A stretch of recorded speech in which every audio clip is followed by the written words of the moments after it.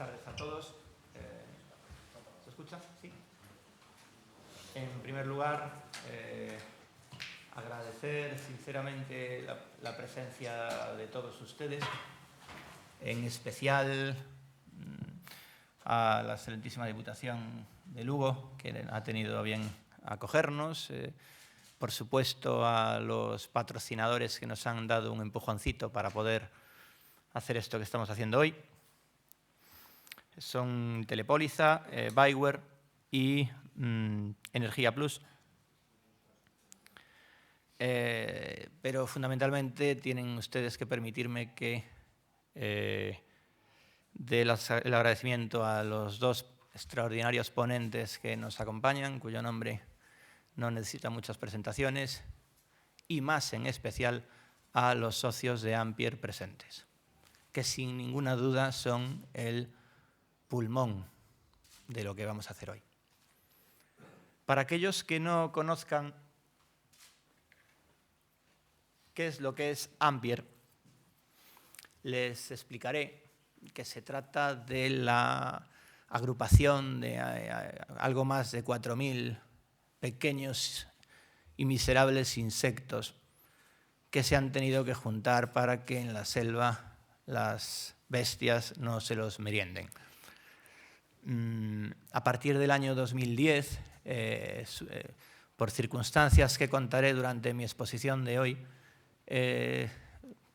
los pequeños productores fotovoltaicos se vieron con una amenaza extraordinaria de perder todo su patrimonio.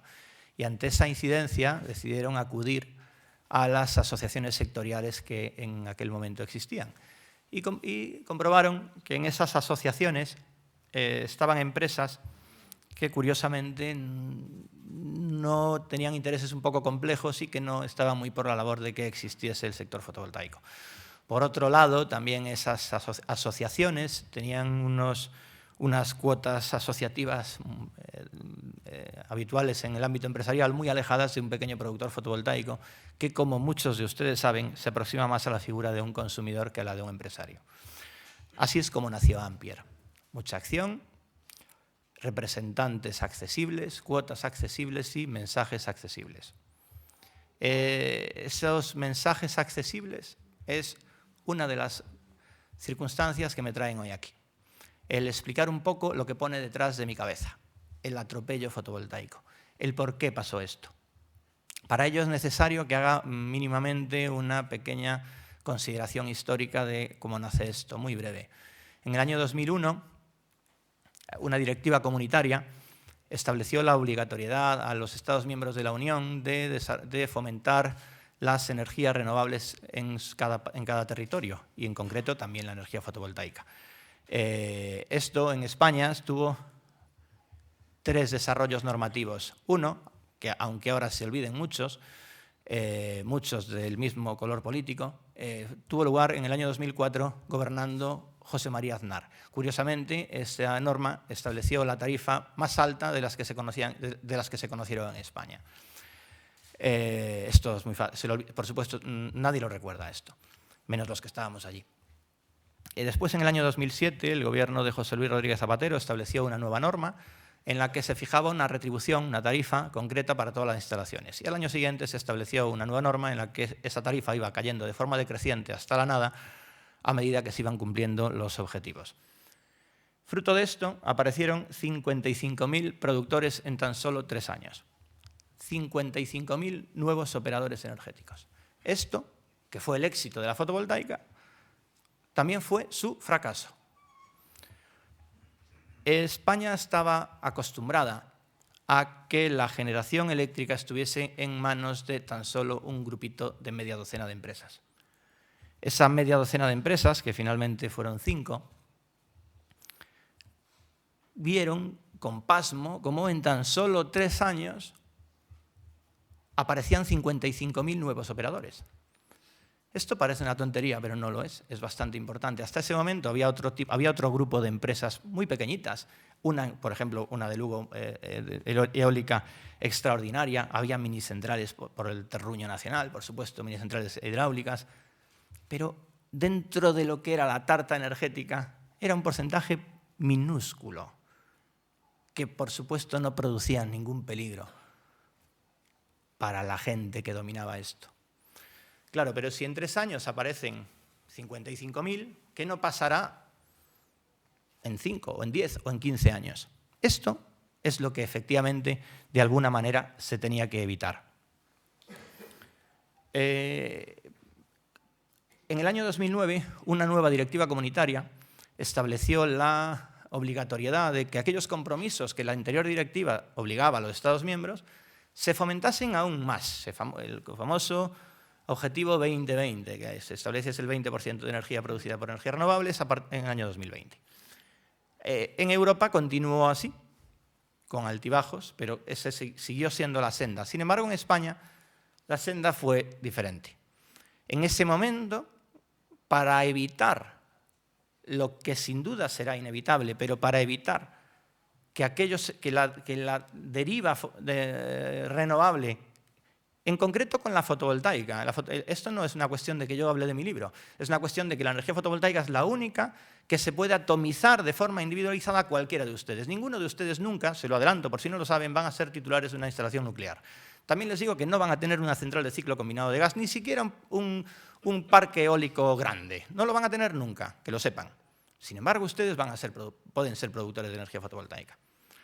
Pues, como decía, con el ánimo de que aquello no se les siguiese yendo de las manos, el poder que dirigía la energía empezó a tomar medidas.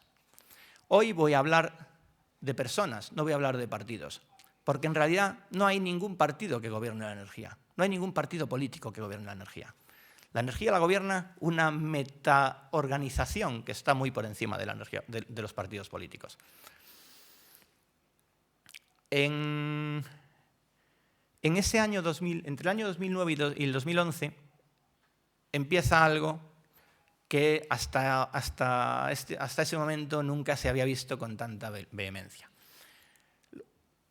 Lo he llamado el imperio contraataca, lo hemos llamado el imperio contraataca. Es bastante descriptivo de la situación que se produjo en esos 3 años. En España, ya desde tiempos del antiguo régimen, altos cargos de la administración, incluso de la administración militar, acababan en grandes compañías eléctricas. Bien, pero lo que pasó en el trienio 2009-2011, en tan poco tiempo, las personalidades que aparecieron en los consejos de administración, justo en un momento en el que el cambio de sistema era evidente, el cambio de sistema de generación, nunca jamás se había visto en tan poco tiempo semejante condensación de personajes. Así, Narcís Serra entró en gas natural. Estoy hablando año 2009-2011. Luis de Guindos entró en Endesa. Felipe González entró en gas natural. Elena Salgado entró en Endesa. Voy a beber agua.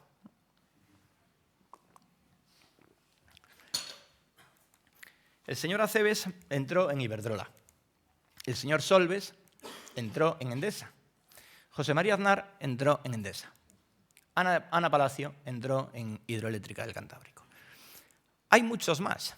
Hay esposos de presidentas de comunidad, hay secretarios de Estado trabajando en empresas paralelas, hay directores generales, hay consejeros de comunidades autónomas. Es un sinfín. En esos 3 años. Es que no hace falta que haga muchos comentarios sobre esto porque creo que se comenta solo.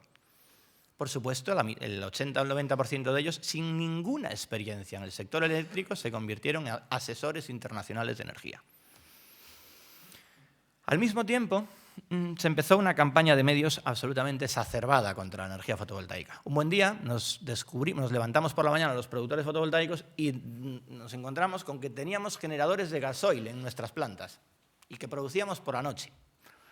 También, un buen día nos encontramos con que se creaba un Real Decreto de forma única y exclusiva para la inspección de las 55.000 plantas fotovoltaicas, porque supuestamente estaban todas en situación de fraude. Hubo una inspección de 26.000, creo que fueron, 1.000 arriba, 1.000 abajo, y encontraron incidencias en algo menos de un centenar. También, un día nos levantamos siendo millonarios. Yo, de hecho, ahora, como por desgracia, me llaman prácticamente a diario socios diciéndome, Juan, que es que llevo 6 meses sin pagar el banco, Juan, es que ya me han embargado la nómina, Juan, es que me está ofreciendo el banco un 9% y que ponga garantías a mis padres, yo les digo, no os preocupéis que somos ricos, porque como la duquesa de Alba y al parecer Raúl González tiene instalaciones, pues somos ricos, no os preocupéis. Son unos miserables. Por supuesto, esto quedó en nada, pero sin ir más lejos, por poner un ejemplo, este periódico en la edición nacional en papel, en la primera página nos dio media página para decirnos que producíamos por la noche. Cuando la secretaria de Estado, la secretaria de la Comisión Nacional de la Energía, Maite Costa, salió diciendo que había sido un error, que era un contador que funcionaba mal y en un aerogenerador, salió publicado en la edición digital de Castilla y León. Esto es así. Y los que estabais en esto lo recordáis. En el año 2010, con la aparición de este figurante, cuyo nombre es poco importante recordar, se instauró la denominada retroactividad fotovoltaica. Gracias a sus singulares ideas, nos recortaron el 30% durante 3 años y nos establecieron un recorte del 10% para el resto del tiempo de vida de las instalaciones. Claro, esto fue dramático para muchísima gente, porque encima después se solapó con nuevos recortes, pero lo verdaderamente horroroso fue el abrir la caja de Pandora, el permitir que se pudiesen reír de nosotros, el decir que éramos unos miserables y que podían hacer cualquier otra cosa con nosotros, porque le cogieron gusto. Esto lo consiguió este caballero. De hecho, fruto de sus imperiales decisiones, hubo 11.000 recursos en la vía administrativa que luego derivaron ante el Supremo. Se presentaron 3 recursos de inconstitucionalidad que todavía no han sido fallados y se presentaron 2 arbitrajes internacionales por violaciones de la Carta de la Energía. Esto se vendió como que el objetivo era el acabar con el mal nacido déficit de tarifa. Como muchos dijimos, era evidente que aquello no era falso, era una falacia como otra cualquiera. Prueba evidente es que a día de hoy el déficit no solo sigue incólume, sino que ha seguido creciendo.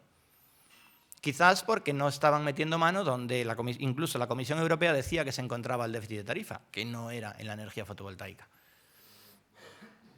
En realidad el objetivo que tenía esta gente era dar un aviso a navegantes, a productores navegantes. Señores, no se me metan en ese jardín, que ese jardín ya tiene jardineros.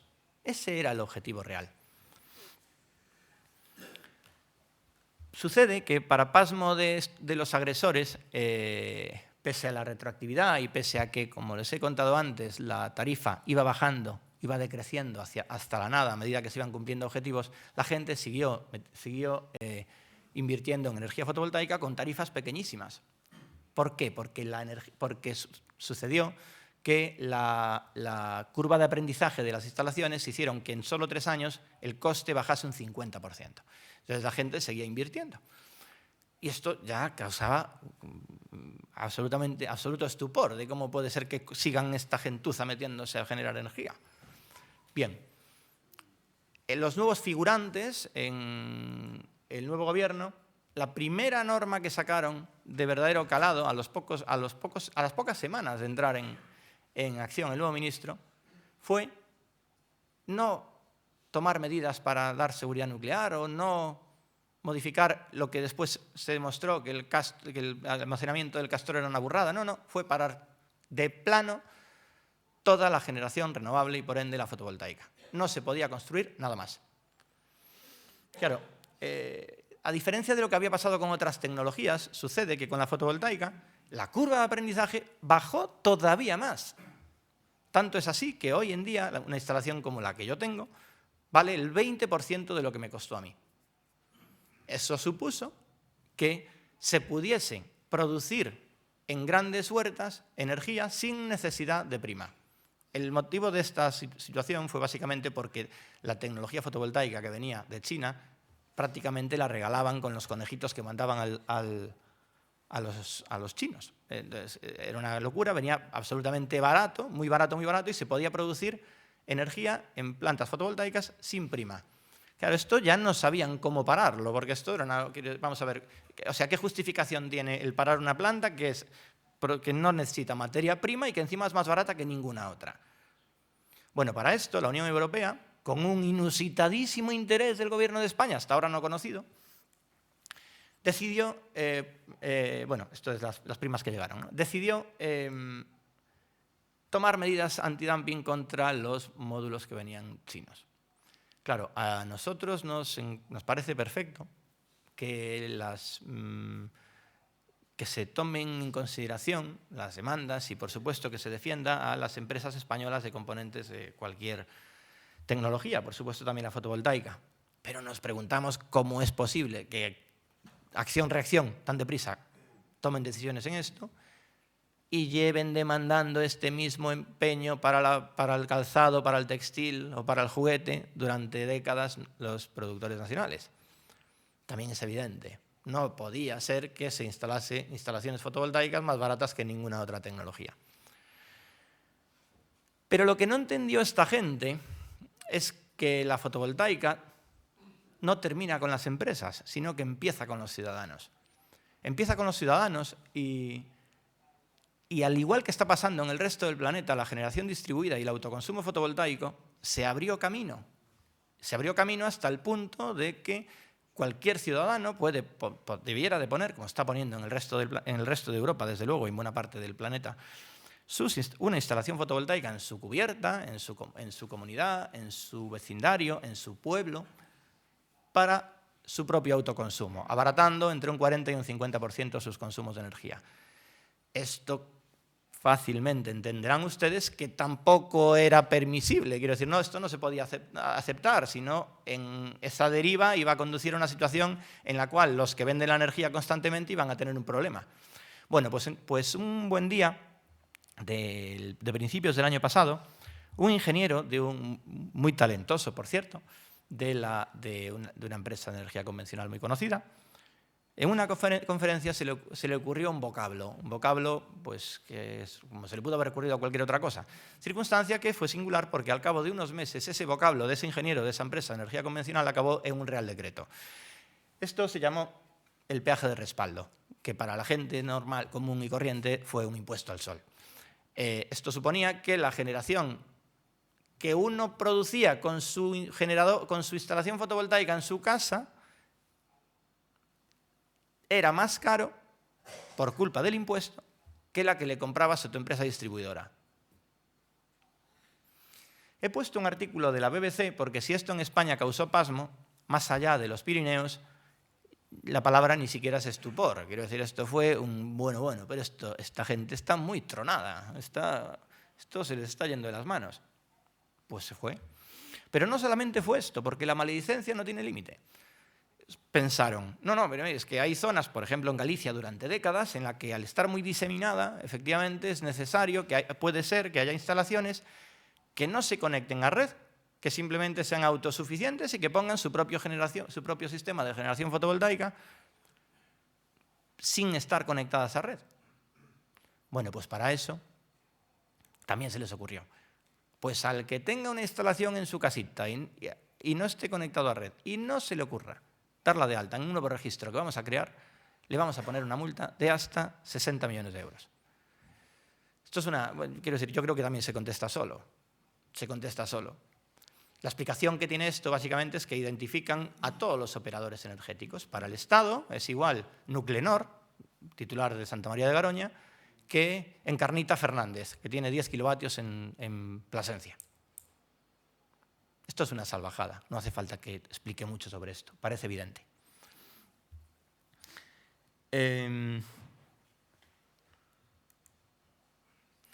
Si antes hice una referencia al despliegue de cosas que aparecieron con el anterior figurante, no iba a ser menos con el actual figurante, porque dejó chico al anterior. Este señor, bajo el título de reforma eléctrica, lleva 10 o 12 meses sacando propuestas, requetepropuestas, leyes que luego se reforman al día siguiente, pero que son contradictorias con las anteriores. En concreto, pues, ha sacado una ley, varias propuestas y 7 reales decretos leyes, 8 reales decretos y otras tantas órdenes ministeriales. Muchas de ellas todavía no se han aprobado, llevan varios meses en sede de propuesta, modificándose, porque casi siempre son contradictorias unas con otras. Para empezar, les puedo contar que el Ministerio de Fomento obliga a las nuevas edificaciones a tener un porcentaje de generación fotovoltaica en la nueva edificación, y este señor lo penaliza. En el mismo gobierno, en el mismo verano, se sacaron 2 normas completamente contradictorias. En cualquier caso, el efecto evidente final es que a las instalaciones fotovoltaicas entre el 15 y el 50% de recorte a todos los pequeños productores hace que literalmente los arruine a un porcentaje altísimo. Altísimo. En cualquier caso, por seguir un poco las pautas de lo que dice con el anterior figurante, este señor ha conseguido en tan poco tiempo 5 recursos de inconstitucionalidad, la amenaza de ruina de varias decenas de miles de familias que invirtieron su dinero en tecnología fotovoltaica, ha tenido el dudoso honor de subir varios escalafones en los últimos 2 años en cuanto a que España es la tercera energía más cara de Europa, hasta la extenuación, con una imaginación sin límites, termina sacando normas para ver si de una vez Iberdrola y 2 empresas de energía convencional deciden reabrir Garoña. Ha sacado una propuesta de Real Decreto para que las plantas nucleares vayan a 60 años, instalaciones que estaban preparadas para su tecnología para 40. Ha impulsado de forma soberana en todo el territorio nacional, en contra de muchas comunidades autónomas, la técnica de la fractura hidráulica, que, si ustedes no lo saben, corre un riesgo extraordinario de contaminación de los acuíferos. Hablan siempre de América, de Estados Unidos, pero claro, es que Estados Unidos básicamente lo hace en sus desiertos. En España solo tenemos a los monegros. Y ha fomentado el desarrollo de prospecciones petrolíferas en profundidades desconocidas en Canarias y en Baleares. Si se pueden fijar, esas 4 líneas, esos 4 cajetines que ustedes ven a mi izquierda, son básicamente las bazas con las que juega en la reforma eléctrica, las que apoya verdaderamente. Y no tengo que explicarles en manos de quién están. ¿Verdad que no? Este es el último de las circunstancias verdaderamente peculiares que ha conseguido este caballero. Ha metido a España en 8 arbitrajes internacionales por violación de la Carta de la Energía. Como gráfico, como descriptivo de esta situación, les voy a poner un ranking de países con demandas internacionales por violación de la Carta de la Energía. Tenía el propósito de recordar el nombre de este señor, pero es impronunciable. El presidente de Tayikistán tiene una demanda internacional, miren ustedes qué contento está ahí. El sombrero tan mono es el presidente de Mongolia y tiene 2 demandas internacionales por violación de la Carta de la Energía. Detrás del bigote está el presidente de Azerbaiyán, que tiene 3 demandas. El iluminado presidente de Kazajstán tiene 4 demandas internacionales. Y antes de poner al quinto, les explico. La Carta de la Energía es un tratado por el cual hace varias décadas los países desarrollados obligaron a todos los países subdesarrollados a decirles, mire, vamos a invertir dinero en vuestros países subdesarrollados y tenéis que firmar este papelito para que mañana, cuando estén las instalaciones eléctricas en vuestros países subdesarrollados, no se os ocurra expropiarnos, ni se os ocurra quitarnos y decirnos que lo que hemos metido aquí ya no sirve para nada.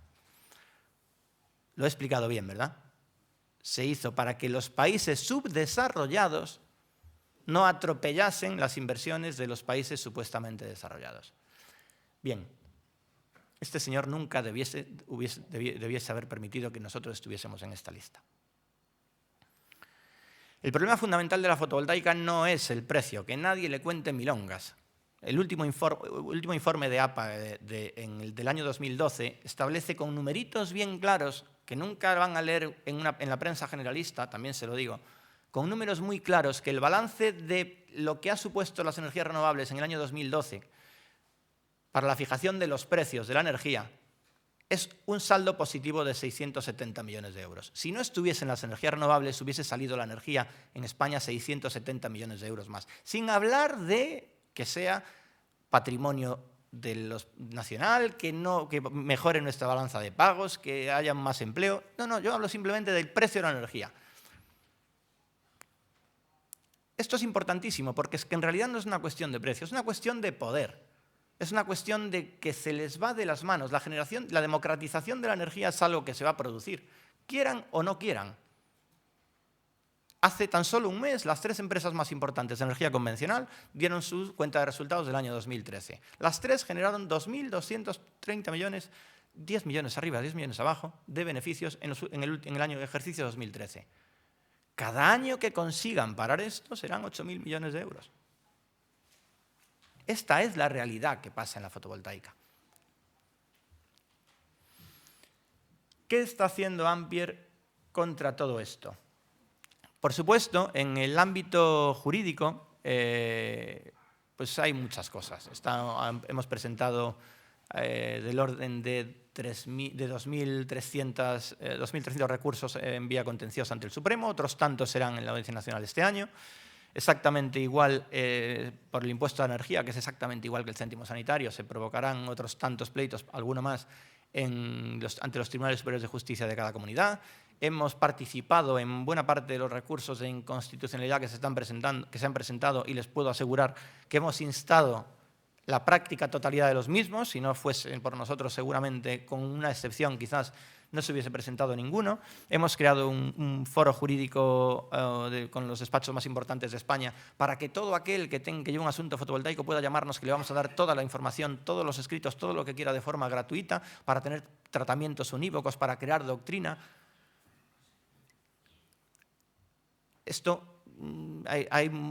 Tenemos conexión constante con la Comisión Europea. De hecho, la semana pasada ustedes habrán visto que se ha amonestado a España. Esto viene gracias a que nuestra asociación tiene un vehículo concreto con un eurodiputado muy activo que nos ayuda, y gracias a eso han amonestado. Claro, el otro día aún nos echaban la culpa, porque el paso previo a la sanción es la amonestación. Es absolutamente seguro que nos caerá una sanción a España por esto.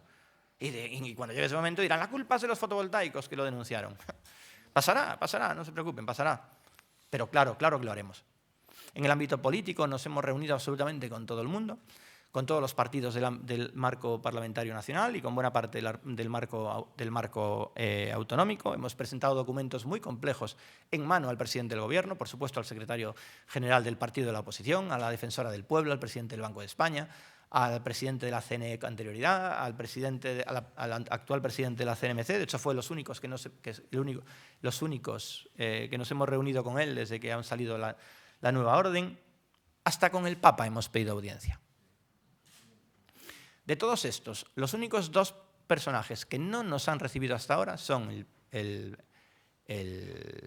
ministro de Energía, ministro de Industria, Turismo y Energía, señor Soria, y el Papa Francisco. Verdaderamente confiamos en que con prontitud su santidad tenga bien tenernos en cuenta. Hemos realizado campañas mediáticas que han levantado muchas ampollas en el sector. Bueno, hemos participado, antes de esto, hemos aparecido en todos los medios de comunicación nacional, autonómica, local,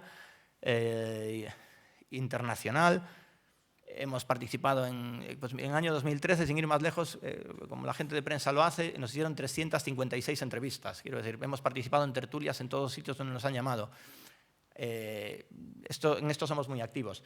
Hemos realizado campañas de prensa muy agresivas en todos los medios de comunicación de tirada nacional. Todo lo que van a ver ahora son páginas impares de los domingos de diferentes periódicos. El Mundo, la ABC, El País, La Razón. De todos, dependiendo de cuándo era, íbamos sacándolo en cada uno. Levantaron muchísimas ampollas a políticos y sobre todo a las empresas. Estas son algunas de las últimas. Esta la sacamos el día de la lotería. Quiero recordar que en El Mundo. Esta es muy curiosa porque esa rayita roja que ven ustedes ahí es el día que se anunció la reforma eléctrica, que supuestamente perjudica tanto los intereses de las empresas de energía convencional. Miren, las 3 rayitas son de verdad. Pueden ustedes comprobarlo en cualquier portal digital de bolsa. Esas líneas ascendentes desde que se se anuncia la reforma eléctrica son la línea bursátil de las 3 empresas más importantes de energía convencional. Esto fue el día de fin de año, que estábamos muy felices y queríamos dar un toque de una pequeña alegría. Esto tuvimos que mirar en la Real Academia si el ladrón tenía todas las acepciones que queríamos antes de publicarlo. Y esta fue hace poco, que el Día Mundial de la Energía, el Día Mundial de la Eficiencia Energética, nos llamaron del diario El Mundo para preguntarnos si, bueno, que ese día pues, la eficiencia energética era algo fantástico y que ya que todos los operadores de energía convencional iban a poner sus mariposas, sus flores y sus campos verdes y todas sus cosas, que pusiésemos algo alegre. Y bueno, decidimos no poner el gusanito entre los dedos para que pareciese un poco más alegre de lo que pretendían. Pero realmente es lo que pensamos. ¿Cómo nos pueden ayudar? ¿Cómo nos podéis ayudar? Desde luego, sí son, y ahora como voy a dirigirme a los productores, compañeros míos, socios o no, voy a trataros de tú.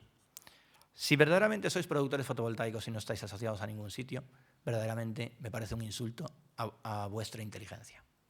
Hace tan solo 2 o 3 meses, en una conferencia que di en Madrid, al terminar, se me acercó un señor y me dijo: soy productor a 50 kilovatios y estoy enfadadísimo con vosotros porque no tenéis ninguna presencia mediática.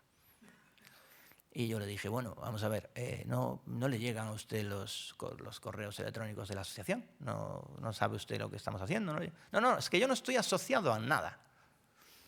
Bueno, pues mire, si usted se gastó 300 o 400.000 euros en hacer una inversión y ahora no está dispuesto a gastarse 120 euros al año en defenderla, quizás se merece lo que le está pasando. Es absolutamente necesario que nos desatocinemos. Es absolutamente necesario que cada uno decida actuar.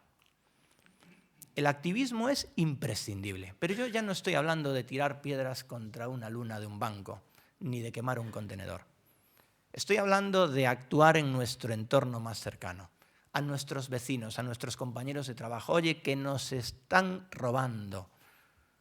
Curiosamente, al fotovoltaico le han metido el estigma de que es un cazaprimas y un aprovechado.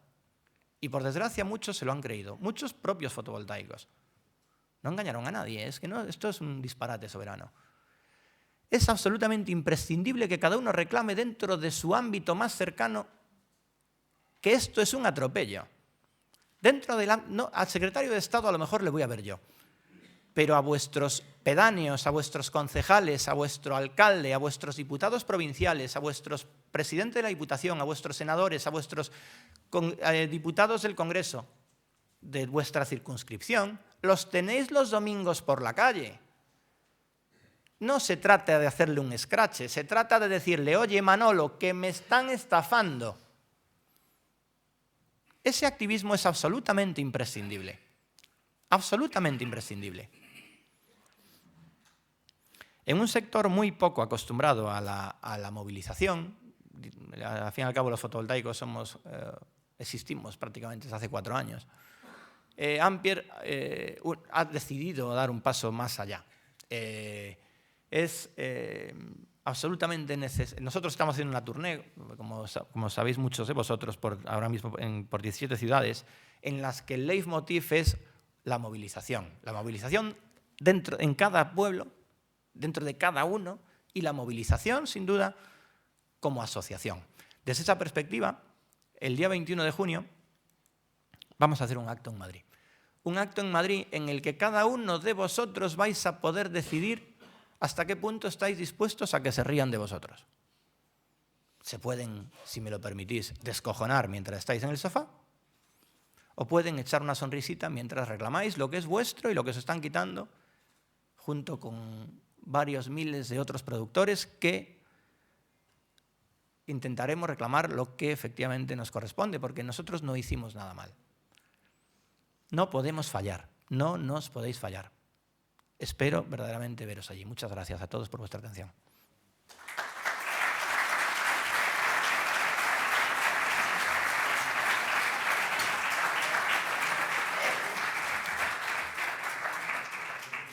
Los dos, sí. Vamos.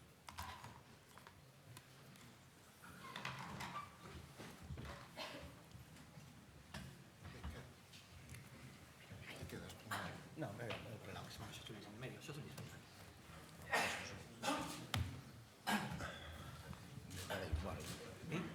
No, estamos bien, no te preocupes. Hay cosas que hay que respetar. Los años ya no se Bueno, pues aunque respeta ahora. sean los años, lo que fuere, pero vamos a ver.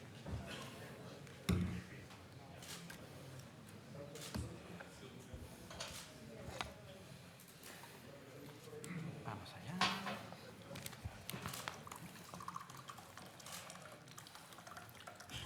Bueno, se me escucha, ¿verdad? Después de este impasse mucho menos brillante de lo que viene ahora, tengo el grandísimo orgullo de presentar a dos personalidades extraordinarias del escenario político y no directamente vinculado en la actualidad a la política, pero sí del escenario sociopolítico español.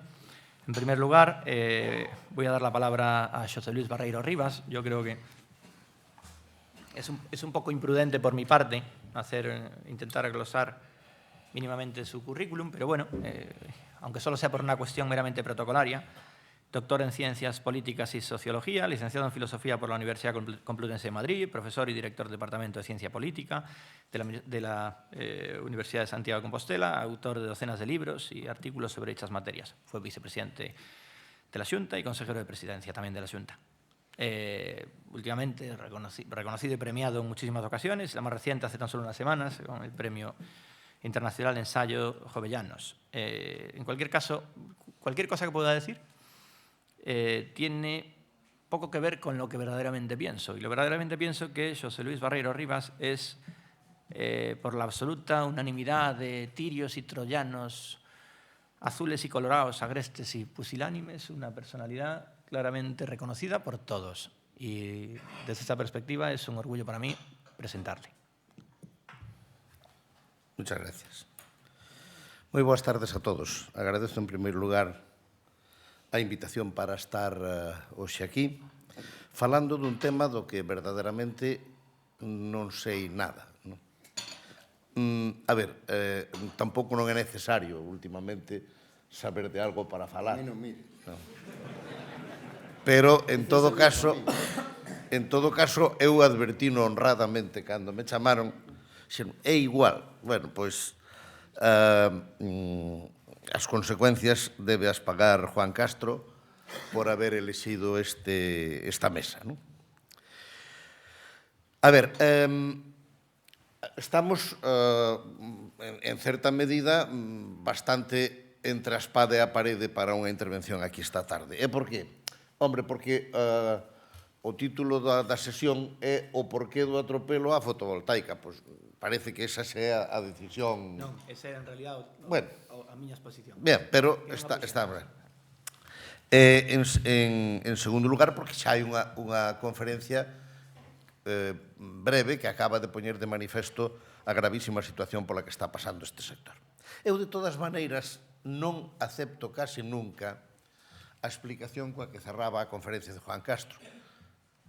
Nos fixémolo todo mal, me parece que foi a palabra, todo ben, perdón, nos fixémolo todo ben, e parece que a contrapartida deso é eles fixerono todo mal. É moi difícil aceptar esa explicación. E por iso eu quero facer algunha reflexión sobre este asunto sin negar a maior. E é que hai aquí, evidentemente, un grave problema de desgoberno desta enerxía na que hai tantísima iniciativa empresarial e, por tanto, tantos aforros, moitas veces individuales e familiares, fondamente comprometidos. Cando eu era rapaz, meu pai era carteiro de Forcarella, traballaba na oficina de correos, a caixa postal estaba vencellada estrictamente a correos. Era a caixa de correos, verdad? Ahora onde vai é la verdad, pero en todo caso era a caixa de correos. E cando querían abrir libretas á xente, sempre collían unha frase que estaba na porta das libretas que decía Caja Postal de Ahorros con la garantía del Estado. E a xente decían iso e inmediatamente xa non preguntaba máis. A garantía do Estado era suficiente para saber que aquilo non lle iba a pasar nada. Despois non era verdade todo, porque o Estado, a través de devaluacións sucesivas, quedábase cos cartos de outra maneira. Pero, en todo caso, o punto primeiro era ese, con la garantía del Estado. O problema que nos estamos dando conta agora é de que o Estado non ten garantías máis alá de cando se acaban os cartos. E a segunda, de que os cartos non ten máis, o Estado non ten máis que os cartos que nos quita de encima. E eses dous principios fundamentales son os que estamos aprendendo nesta crise. E, por tanto, desde esa perspectiva, seguramente nos temos que facer algunhas preguntas das cales eu quero facer. Empezarei por decir unha cousa fundamental, dúas cousas fundamentales. A primeira é que non se pode negar en absoluto o principal problema que subxace nesta situación que moi ben Juan Castro acaba de explicar, que é a inseguridade xurídica coa que traballaron os ciudadanos que fixeron inversión aquí.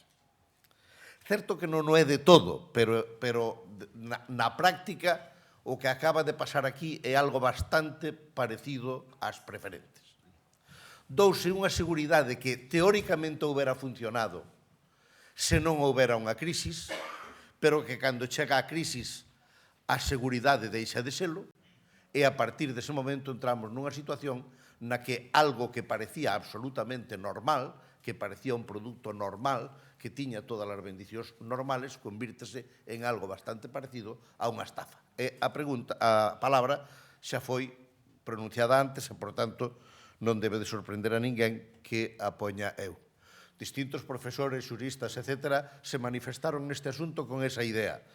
Hai unha ruptura de unha línea de seguridade, de unha línea xurídica, e esa inseguridade está na base da ruína ou da posible ruína de moitas economías familiares e individuales. E iso é unha cuestión grave porque non solamente afecta a esas familias, afecta a que o que fai unha despois fai varias e, por tanto, o modelo de inseguridade pode estar avanzando e afecta, sobre todo, a que é un elemento que non se percibe solo dentro do país, senón que se percibe, algúns din que especialmente, fora. E que, por tanto, pode ter unhas graves efectos sobre o conxunto da economía en general, con independencia da que ten, de unha maneira moi particular, en este caso moi estricta, sobre os produtores fotovoltaicos.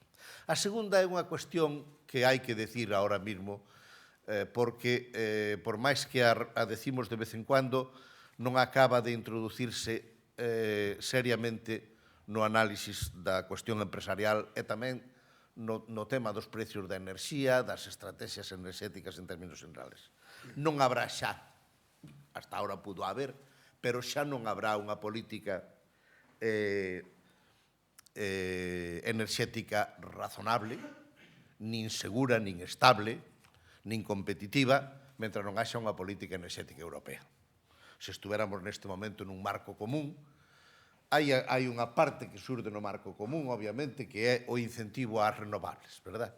Pero despois, como eso queda ao albur dos Estados, pois temos a política enerxética, temos problemas por todas partes. Uns teñen moi ben organizado o tinglado e parece que non teñen estes problemas, pero non teñen garantizado o suministro enerxético que necesitan. Por exemplo, no centro de Europa, verdad? Outros parece que temos estes problemas, pero en cambio temos garantizado o suministro según parece tamén. Non estamos suficientemente interconectados os países europeos. É unha circunstancia como a de Ucrania, pode deixar a moitos coa boca calada sin ningunha posibilidade de decir nada, porque non podemos facer algo tan elemental como alimentarnos mutuamente a un precio razonable con seguridades estables de transmisión. É porque ao convertir a enerxía nun elemento fundamental da competitividade e facendo competitividade enerxética ela por sí mismo, é evidente que as políticas estatales son trampas mortales, donde é imposible que non respondan finalmente a estrategias coyunturales do propio Estado. E, por tanto, estas dúas ideas eu creo que deberían de quedar desde o principio para que o tema non o enfocásemos de todo punto desde unha situación de como se fora a catástrofe chuvida do ceo ou o meteorito que acabou cos dinosaurios. Outra cousa xa un pouco fora deste marco que me interesaba decir é que isto non é a primeira vez que pasa. A ver se nos empezamos agora a facer memoria. Houve xente que plantou moita madeira que lle iban comprar e despois non lle compraron. Fixo repoblacións forestales enormes que caíron de precio absolutamente non valen para nada. E o mellor importa esa madeira e non a venden. Houbo xente que plantou viñedo ou arrancou viñedo 5 veces na súa vida, verdad? O aceite, houbo tempos en que se estaba pedindo que se arrancasen os olivos, e noutros momentos estábase pedindo que se plantasen olivos. Se vemos como, por exemplo, a remolacha, xa non digamos, verdad? Que nos fixemos os maiores produtores de remolacha do mundo, e despois sobraba remolacha por todas partes e non sabíamos que facer con ela. Se miramos, por exemplo, como se montou o transporte por carretera en España, pois unha parte importante dos problemas de transporte actualmente, da propia planificación que se fixo despois das infraestructuras, veu por aí. E se miramos, por exemplo, como se fixeron algunhas actividades como as de turismo, especialmente as de hostelería, veremos que foron avalanchas de inversións que moitas das cuales despois non se puderon soster e isto que é. E, por tanto, aí había que quedarse con unha idea fundamental, que é a que o Tribunal Supremo mantén contra as reclamacións, é que, digamos que en términos de visión personal non resolve o problema, pero en términos de visión empresarial debería de darnos un consello fundamental. O Tribunal Supremo que di é que as políticas de incentivación son sustancialmente políticas variables e que, por tanto, actuar sobre elas como se foran invariables sería actuar con unha ventaxa sobre o conxunto dos rexistros económicos que non tería ningún sentido. Ahora sabémolo moi ben por qué. Porque o que se pensou que era máis invariable do mundo, que era o soldo dos funcionarios, resultou que non era invariable. E xa non hai nada invariable desde o momento en que, falta unha cousa, que os funcionarios os despidan tamén. Pero non faltará non tardará ese asunto. E, por tanto, témonos que ir acostumbrando a iso. E, por tanto, aí hai unha cuestión que eu quero referir tamén á intervención de Juan Castro. E foi un error non saber asociado antes e non haber feitos cálculos específicos sobre a inversión de unha maneira xa ilustrada por personal capacitado para facelo, porque el fixo unha explicación como, por decirlo de alguma maneira, como eximente, pero que tamén pode ser como pode ser interpretada como agravante. Entrou moita xente que non era capaz de planificar a inversión. Pois, tramo siguiente, non se debe de entrar nunha inversión que non se sabe planificar, verdad? Iso é o que nos din agora a posteriori. Aínda que, obviamente, iso non quita a acusación que fixemos ao principio, que é general e que funciona como un denominador común, de a inseguridade xurídica que está debaixo e que sempre se pode enfocar como unha trampa e que, sobre todo, o inversor individual a corto plazo e por primeira vez pódese plantear como estafa e, por tanto, eu creo que podría ser incluso xurídicamente reversible.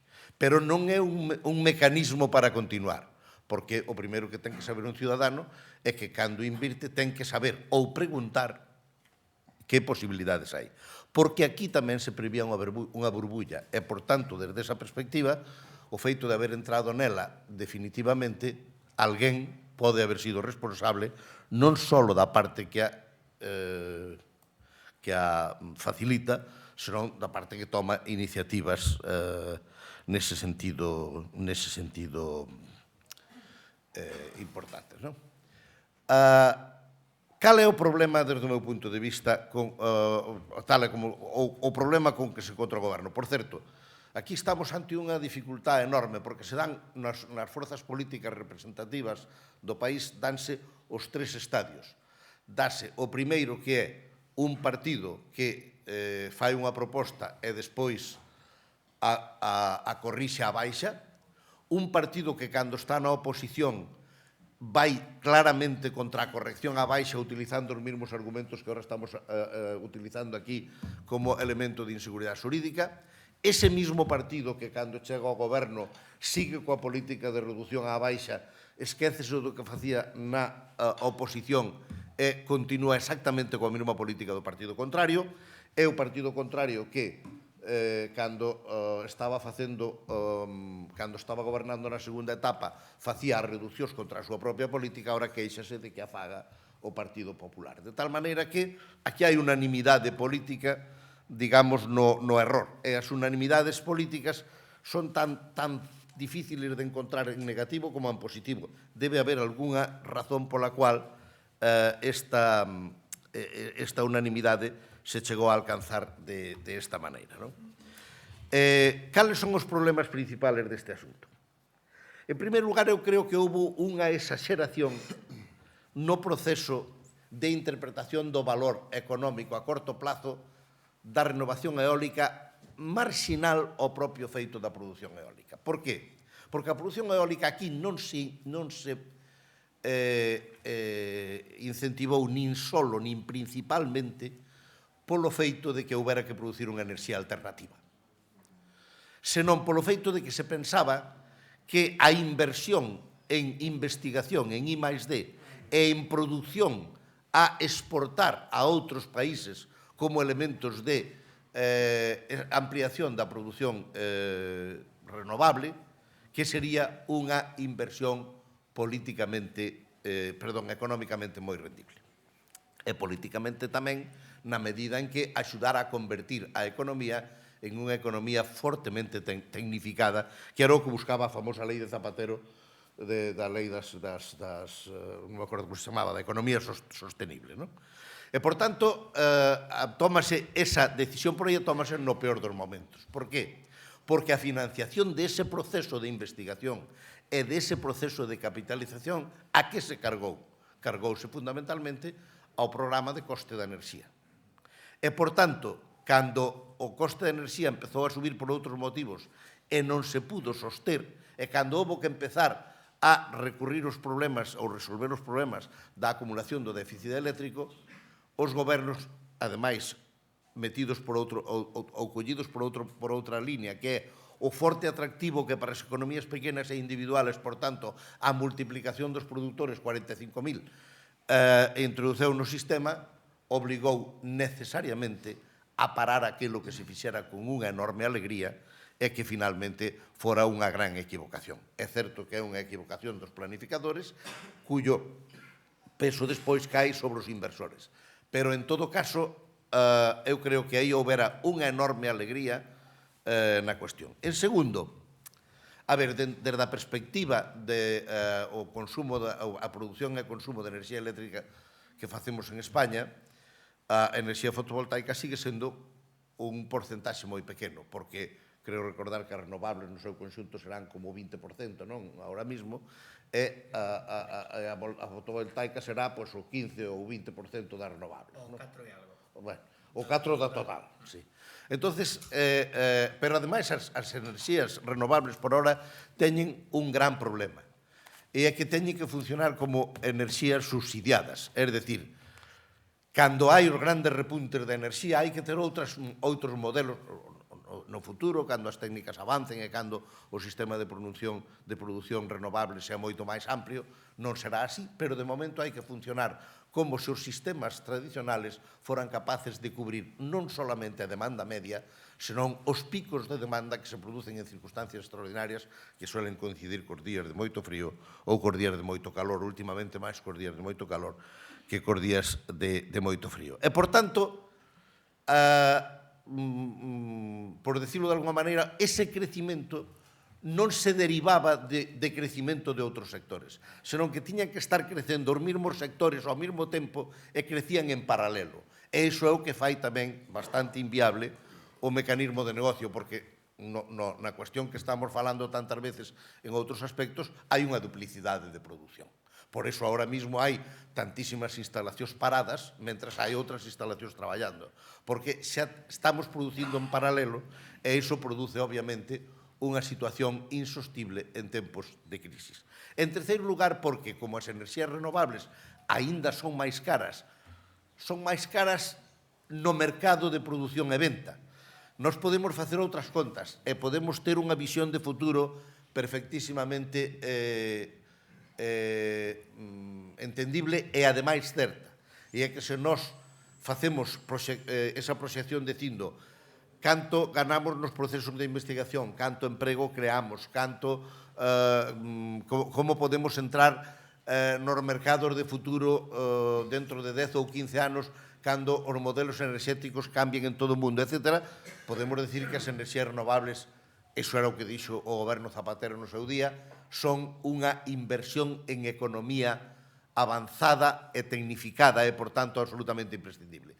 Pero se medimos en tempo de crisis, cando o coste da enerxía é un elemento de competitividade, a enerxía tradicional sigue sendo a máis barata e se ten que producir, se ten que existir en paralelo a outra enerxía, é evidentemente unha complicación o mantela así. E, por tanto, todas estas cousas non eximen o goberno, e volverei a decir, e además xa vou terminando, non eximen o goberno da primeira ou das dúas primeiras acusacións que lle fixemos. Evidentemente, eles equivocáronse na gran planificación e despois resolverona trasladando o coste da solución ás persoas que inicialmente incentivaran a moverse dentro da inversión enerxética. E iso é evidentemente motivo de queixa dramática en moitos casos nos que, ademais, isto influye directamente na pérdida de aforros dificilísimos de conseguir e nunha crisis económica que fai perder tamén outros ingresos por outras partes, pode ser un elemento socialmente moi grave e, en algúns casos individuales, pode ser incluso dramático. Pero, desde o punto de vista de goberno xeneral, o mellor o que falta é que alguén o diga, aquelas previsións netamente optimistas que se fixeron entonces e pensándoas nunha economía galáctica para unha expansión galáctica do modelo enerxético, habías que corrixir e habías que corrixir drásticamente. E, por tanto, eu creo que nesa perspectiva o que sucedeu, por decirlo de alguma maneira, tiña que suceder. Desde o meu punto de vista, o mecanismo agora das asociacións de produtores debería de ser xustamente colaborar nesa recondución e nesa reestruturación o mínimo coste individual e de inversión posible. Pero eu creo que a reconversión dese modelo hai no que facer porque o modelo sigue sendo importante en términos de futuro, en términos de economía avanzada, pero o modelo tal e como viña se estaba facendo non era sostible. E, por tanto, eu creo que desde xeneraba enerxía sostible, pero non era económicamente sostible. E, por tanto, eu creo que nesa perspectiva debemos de reconocer unha parte do obxectivo tamén para reconducir debemos de reconocer unha parte do error objetivo tamén para plantexar salidas que poidan ser viables e que poidan ser digamos, asumibles pola economía pública dentro do marco no que actualmente nos encontramos. Bueno, poderíanse decir algunhas cousas máis, isto complícase con outros tipos de enerxías, co que está pasando coa hidráulica, etc. Complícase moito co que decía antes, cos planes enerxéticos que Europa terá que facer nun momento determinado e podemos nos encontrar con que ao mellor estamos calibrando mal tamén as nosas aportacións a este tipo de cousas, pero en todo caso eu non quero entrar nesa vía, primeiro porque non son experto, como xa se terá visto, e segundo porque supoño que queremos ter un coloquio destas ou de outras cousas parecidas. E, por tanto, termino aquí a miña intervención coa esperanza de haber logrado unha cousa. Non lle quitar a razón ao anfitrión, pero tampouco non dándolle a toda, porque dar toda a razón casi sempre é unha equivocación. Gracias.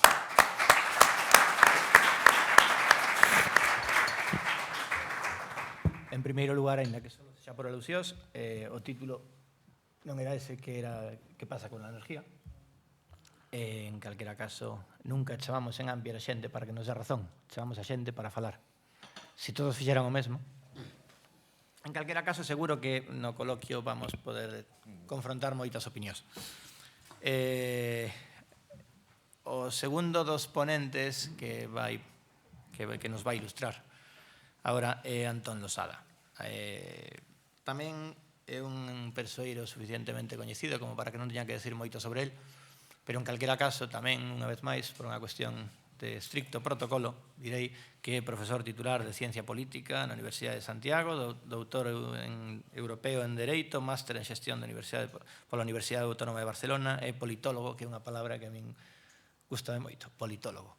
Son os dous, son. articulista de moitos medios de comunicación, prensa escrita, radio, televisión, ensayista de éxito. O seu último libro que recomendo encarecidamente, Piratas de lo Público, xa leva 5 edicións e creo que por aí en torno a 8.000 libros, que son moitos de vender, de Dios. Pero bueno, en calquera caso, basicamente polo que Ampere decidiu traelo hoxe esta tarde aquí, é porque a controversia dos seus mensaxes en constantes participacións en tertulias moi coñecidas deste país non pasan desapercibidas, claramente. E non pasan desapercibidas, e vou falar, como sempre, sin pelos na lingua, nun entorno no que, a miña humilde opinión, un entorno mediático bastante acostumbrado ao adoctrinamento, donde parece que todos os que están nas tertulias nas que el parece teñen que estar adscritos a algunha entente política, o cual a min verdadeiramente causame un pouco de sofoco. Eso parece que o ten superado. Antón Losada. Gracias. Non sei se me escoita, sí. Hola, boas tardes. Bueno, moitas gracias a Ampere por terme invitado. Eu, a diferencia de Barreiro, sí que tiña entendido que o título era que está pasando coa enerxía. Antes de nada, quero agradecer moito estar aquí, porque eu son da Mariña, son de Xove, e claro, vir falar á capital da provincia sempre é algo que despois no verán contas e a xente cho aplaude moito. Bueno, eu vou empezar discrepando moi seriamente do que acaba de dicir o profesor Barreiro, e discrepando tamén bastante do que acaba de dicir Xoán, porque claro, senón non hai debate, non? Sería como unha tertulia de 3CTV, todos dándonos a razón uns aos outros. Aquí, isto, non? Eu, a diferencia de José Luis Barreiro, eu creo que o que non é sostible é o modelo actual. O que era sostible era o modelo que tiñamos antes de que empezaran as reformas que fixeron os, sin dúda, dous peores ministros de Industria que tuvo este país, que foi, eu vou dicir os nomes, Miguel Sebastián, perdón, e este que se parece a Aznar, pero é máis alto e como máis delgado, non? E ten acento como de galán de telenovela venezolana. Eu creo que era sostible era o modelo que se puxo en marcha na primeira legislatura de Zapatero. E o que non é sostible é o modelo actual, porque non dá resposta a ningún dos problemas que ten neste momento o sector enerxético e a política enerxética en España. A único que dá a resposta é a intentar asegurar os intereses dos 5 grandes oligopolios que controlan neste momento o mercado de enerxía. O que está pasando no mercado de enerxía é algo moi parecido ao que está pasando no sector financiero. Os grandes queren asegurar o cobro. E a forma de asegurar o cobro para os grandes é apretar os pequenos. E nesta carreira que nos están caendo son vostedes, que son os máis pequenos, igual que no sector financiero que eran as caixas. Se estamos falando de negocios de miles e miles de millóns, hai bancos que están financiando ese timo monumental, o que chaman déficit de tarifa, que, por certo, non naceu con renovables. Naceu na primeira legislatura de José María Aznar e fruto dun acordo político. Daquela, a mitad de nosotros non sabíamos nin que eran as renovables. Nin había tales políticas de renovables. E lle recordo que estuvemos pagando durante legislatura media unha cosa que se chamaba, se gardan as facturas da luz, que se chamaba CTC, costes de transición á competencia, que eu ainda estou esperando que alguén me explique exactamente cales eran esos costes e en que consisteu a famosa transición á competencia. Porque se isto é o que eles entenden por competencia e isto é o que eles entenden por transición, temos realmente un problema serio co idioma. Entonces, na miña lectura o que está pasando é grandes empresas deben cartos aos bancos, necesitan asegurar ese cobro e pois van a querer vostedes. E van a querer os que invertiron en renovables e se irá cerrando pouco a pouco o círculo, porque iso é o que se está intentando asegurar basicamente. Cales son os problemas os que non... Porque decía Barreiro que estamos descubrindo o que pasa cando o Estado se queda sin cartos. Bueno, o Estado se queda sin cartos para según que cousas. Porque, por exemplo, no ano 2013, solo en subvencións á industria e a capital se gastaron casi 13.000 millóns de euros.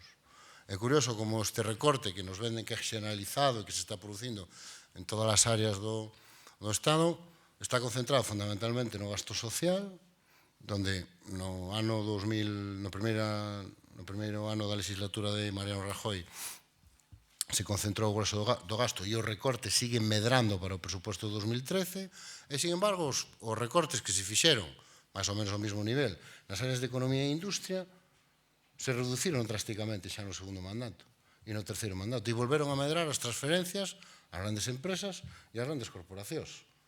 E non falo de axudas directas, despois se queren entramos na materia fiscal, que é onde realmente eu creo que está un dos medios desta cuestión. Unha empresa con... O problema non é que declaren que teñan 2.000 e pico millóns de beneficios. O problema é que pagaron menos dun 6% en impuestos, a través do impuesto de sociedades, por esos 2.000 e pico millóns de beneficios. Claro, é imposible financiar ninguna política enerxética, non hai política enerxética sostible. E dirán vostedes, bueno, e cales son os problemas que ten a nosa política enerxética? Bueno, eu creo que o sabemos todos. Eu vou dar un repaso moi rápido, porque eu, insisto, non sou un experto na materia, ainda que sigo con interés. Primeiro que temos un problema tecnolóxico. Temos grandes dinosaurios, grandes oligopolios que pensaron que este negocio da electricidade iba a funcionar sempre así. Cunha tecnoloxía que xa tiñan perfectamente desenvolvida e amortizada e con grandes masas de producción. Entón, nós xa tiñamos feitos os embalses, xa tiñamos feito a inversión en nucleares e isto xa está, isto poñelo a rodar. E que pasou? Que se produxo efectivamente, sobre todo a partir do inicio do século, un cambio tecnolóxico moi importante. As renovables se desenvolveron moito mellor e moito máis rápido do que eles esperaban. Eu aí vou discrepar contigo, non é que o fixeras todo ben, é que o fixestes todo moi ben, demasiado ben. Igual que o fixo a sanidade pública, o fixo demasiado ben e agora está pagando as consecuencias. E é necesario hundila como sea porque hai que asegurar a sanidade privada, que contrariamente ao que se pensaba non é un gran negocio en España, nem non vai ser, mentre hai unha boa sanidade pública. Igual que se fixo moi ben a seguridade social e por se hai que hundila como sea. Por que? Porque senón os plans de pensións privados dos bancos non despegan. Que se vai facer un plan de pensións privadas cando a seguridade social ten 80.000 millóns de euros na hucha? Para que? Igual que hai que acabar como sea coa universidade pública, porque todas as universidades privadas que se abriron en España son unha ruína. E hai que acudir ao seu rescate. Porque estamos por de a quebra. Por que? Porque son malas. E además son moi caras. E as públicas, home, non están mal. Non é que seamos unha maravilla, pero bueno. Para un país como este, que sempre respetou a educación, ainda vamos indo. E, bueno, se ve que os titulados españois, bueno, pues algunha demanda teñen polo mundo adiante, non? En países que tantos puntos nos sacan no informe PISA, non? Inglaterra, Alemania, Francia, irá moi ben o informe PISA, pero médicos parece que non teñen, enxeñeiros tampouco. Entón, temos un problema tecnolóxico, temos grandes empresas que ven como pequenas empresas cunha enorme capacidade de innovación e que actúan verdadeiramente como empresarios, emerxen como competencia. Non son ahora mesmo unha competencia directa, pero está claro que no medio e longo prazo van a ser unha enorme competencia. Por que? Porque van a producir a enerxía millor, máis barata, e, sobre todo, van ter unha capacidade de producción que van poder regular moito mellor. Porque poden adaptar moito mellor a capacidade de producción ao consumo. E que é o que está facendo? Que é o que están facendo as grandes corporacións, esos oligopolios enerxéticos que temos en España? Competir, aprender, adaptarse, comprar tecnoloxía? Non, botalos do mercado. Dicen, e como se fai eso? Bueno, recortando as subvencións. Dicen, sempre que vou polas tertulias sempre me atopo con un montón de xente e me dice que o déficit de tarifa é culpa das enerxías, das primas as renovables, non? E eu creo que agora empezar a decir a realidade de como funciona o mercado eléctrico en España. É dicir, aquí as dúas industrias, as dúas enerxías máis subvencionadas que existen son a hidroeléctrica e a nuclear, que son tecnoloxías claramente amortizadas xa fai moito tempo e que as estamos pagando como se foran a ultimísima tecnoloxía. Porque temos un sistema de fixación de precios, que vostedes coñecen moito mellor que a min, que é absolutamente demencial. Como dice este libro que lle recomendo, non es economía, es ideología, é un artigo excelente sobre o sector eléctrico en España, que firman Natalia Fabra e Jorge Fabra, que son dúas persoas que saben moito desto, e que teñen un título que a mí me parece que define moi ben cómo funciona o mercado. En el mercado de la electricidad en España, la palometa a precio de merluza. Que é exactamente o que estamos facendo? Estamos pagando enerxías estamos subvencionando directamente. É dicir, non é... Eu creo que vostedes o que tienen que empezar a decir é que non son vostedes os que están sendo subvencionados. A que está sendo subvencionada é Endesa. E a que está sendo subvencionada é Iberdrola. Pagándoles unha enerxía que producen con tecnoloxías que xa fa moito tempo e infraestructuras que xa fa moito tempo que amortizaron e que lles pagamos ao precio que lles pagamos a vostedes que están aí innovando, invertindo, desarrollando tecnoloxía. É dicir, todo ese esforzo que vostedes fan e que eles non fan, a eles o pagamos.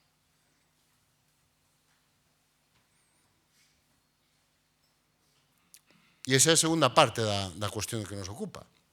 Boa parte dos nosos problemas enerxéticos teñen que ver con eso que se chamou a liberalización do mercado enerxético en España. E aí están probablemente dos grandes mitos e dos grandes problemas que temos. Nin foi unha liberalización, nin en España existe un mercado enerxético que mereza tal nome. Porque cando un quere liberalizar un sector, o primeiro que fai é regulalo e desenvolver as ferramentas e os instrumentos legais para que ese sector que se vai liberalizar funcione.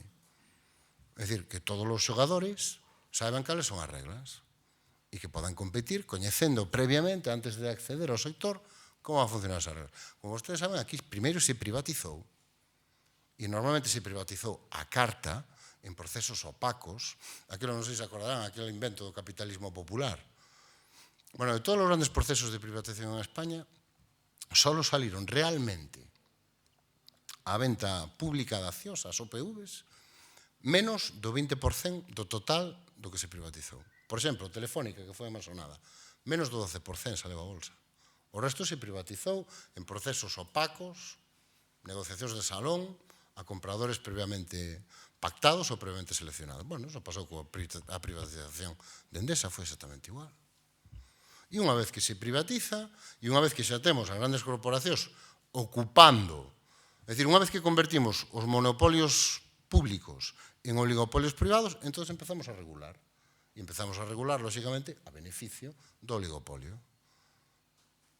Entón, en España non se produce unha liberalización do sector enerxético, o que se produce foi unha transferencia dos oligopolios públicos, foron convertidos en oligopolios privados e a partir de aí se desenvolveu unha legislación basicamente ao servicio dos oligopolios. Co cal temos o peor dos dous mundos.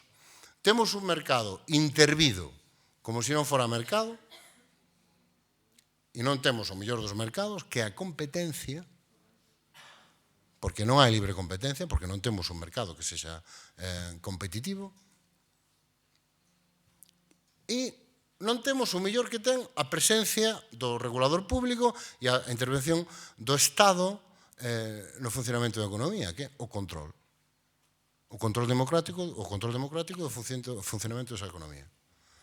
Neste momento, cal é a nosa situación? Bueno, estamos nun mercado onde, basicamente, o que nos pasa a factura ten toda a información e ten todos os resortes. E non é posible contrastar realmente boa parte da información que se nos dá, nin podemos verificar hasta que punto os precios que estamos pagando se corresponden con coste de enerxía. Iso, en boa medida, o que explica este misterio da economía moderna, polo cal, canto máis pagamos pola factura da luz, máis debemos. O recibo da luz subeu dende que comezou a liberalización case un 70%, e, sin embargo, o déficit de tarifa non deixa de medrar. Ahora debemos estar, ou dicen que estamos rondando os 30.000 millóns, dicen 30.000 millóns, pero poden decir 40.000, ou 50.000, ou 80.000. Por qué? Porque é imposible contrastar esa información. Non temos un proveedor público, nin temos unha administración pública que poda verificar boa parte desa información. E así é fácil decir que, por que temos déficit de tarifa? Por las renovables. Co cal dices tú, pero vamos a ver, como é posible que os que producen o 20% da enerxía que consumimos sean os responsables de xerar un déficit de tarifa de 30.000 millóns de euros? É imposible, é dicir, as contas, de onde salen esas contas? Que nas fai? É dicir, como é posible que subvencionar o 20% da produción eléctrica sea gran responsable do déficit de tarifa? É dicir, é unha sencilla operación matemática que non salen as contas. Por qué? Porque o déficit de tarifa, como saben ustedes moito mellor que a min, é mentira. É un timo. Un timo. Que se basa fundamentalmente nun acordo político que se fixo na primeira legislatura do goberno andar e que ningún goberno se atreveu a desmontar. Por qué? Porque efectivamente había que asumir un coste político e segundo había que enfrentarse a grandes corporacións que cumplen dúas funcións moi importantes. Primeira, son grandes financiadoras de partidos políticos e de campañas electorais. E segunda, como ben vimos na primeira exposición, genera mucho empleo. E además empleo de calidad. O sea, no precario. Non son contratos de aprendizaxe, nin están a proba, non. Están ben pagados e son bastante rendibles. Con lo cual, temos un sector. Pasamos de ter oligopolios públicos a ter oligopolios privados e temos un mercado que non é competitivo e onde non compete. E onde o que che cobra ten toda a información.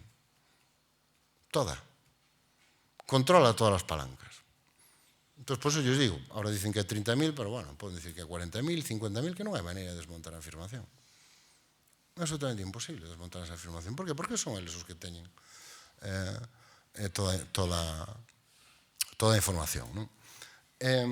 Temos, por lo tanto, un problema tecnolóxico, temos un problema de liberalización, que non se fixo, temos un problema de mercado, que non é tal mercado, senón que é un pseudo mercado, onde, como lles decía, temos o peor dos dos mundos.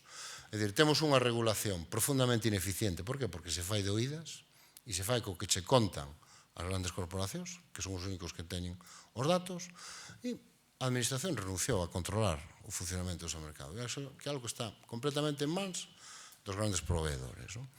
E temos outro problema engadido, que durante a posta en marcha da expansión das renovables, eu creo que iniciamos o camiño correcto, que era non competir no mercado, que non hai, sino competir por gañar un mercado, que é o mercado da enerxía do futuro. Aí tiñamos acadado unha considerable ventaxa e agora acabamos de tirala pola borda. Porque isto que estamos renunciando a facer nosotros aquí é exactamente o que está empezando a facer Inglaterra, é o que está facendo, desde que xa fai tempo, a administración Obama, e o que está empezando a facer a Alemania tamén agora, que acaba de crear un Ministerio de Enerxía onde, basicamente, o gran objetivo é o desenvolvemento das renovables. Entón, temos un problema tecnolóxico, temos un problema de competitividade de mercado e temos un problema de que nos estamos empeñando nun esquema de produción enerxética que ten os días contados. Mentres que os demais non só nos recuperaron a ventaxa que lles conseguimos sacar a principios de século sendo pioneiros no desenvolvemento deste tipo de modelos, sino que claramente están ahora por diante de nosotros. E todo eso para qué? Bueno, pues para que efectivamente os grandes oligopolios que eu chamo piratas, cos que se beneficiaron do proceso de pseudo-liberalización e pseudo-privatización das corporacións públicas, o caso de Endesa, por poñer un caso señero, aseguren o seu marxe de beneficio e perciban efectivamente podan repartir os seus dividendos. E isto non é fruto de ninguna... non é fruto da incapacidade, nin é fruto da incompetencia, sino que este era exactamente o plan, desde o primeiro minuto. E todo isto que estamos vendo, sobre todo nos últimos meses, en o que parece que temos un ministerio, bueno, por lo menos é un pouco a versión oficial que uns atopan nas tertulias, cando veñen os periodistas máis próximos ao goberno, por fin temos un ministerio que se enfrenta ás grandes corporacións e que lle planta cara ás eléctricas e que está disposto a poñer en orde todo este caos no que está sumido neste momento, este modelo teóricamente insostible no que estábamos metidos. Bueno, a mí me parece, sinceramente, posta en escena. Porque, deixando aparte os detalles anecdóticos nos que nos fixamos todos, que levamos como 6-7 meses intentando averiguar se é posible ou non facer a cousa esa de internet, de se se pode averiguar agora canto vai costar exactamente a enerxía. Levamos meses discutindo sobre eso.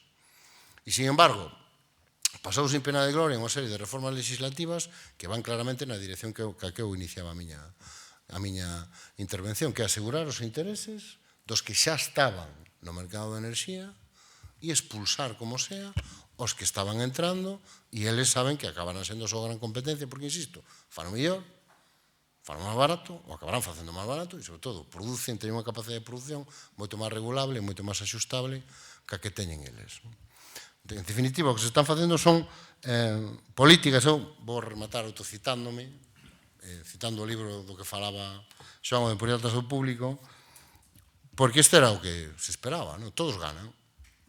Os gobernos ganan porque poden vender que teñen controlado o precio da electricidade, ainda que, como acabamos de ver, cada vez é máis difícil soster esa situación. A mí, non sei a vostedes, pero a mí me resultaba asombroso ver como Mariano Rajoy, levando xa 2 anos de presidente do goberno, descubriu un día nun mitin que pagábamos a enerxía máis cara, a electricidade máis cara de Europa xunto con Chipre. E dices, pero este señor onde estuvo? Os 8 anos que estuvo na oposición e os 2 anos que leva de presidente do goberno, non? Entón, todos ganan, menos nosotros, que somos os clientes, pero es que será el plan, ¿no? La liberalización y privatización del sector eléctrico no se efectuó para liberarnos a nosotros, los consumidores, sino para liberar a los oligopolios piratas del control democrático de los gobiernos y de la opinión pública. Se privatiza para abaratar costes, transfiriéndolos a los clientes y facilitar la producción, no para hacer más competitivos a los mercados ni más libres a los clientes. En el neoliberalismo corsario, las privatizaciones no se hacen para liberarnos a nosotros, sino para liberar a los piratas de lo público. Nada más, gracias.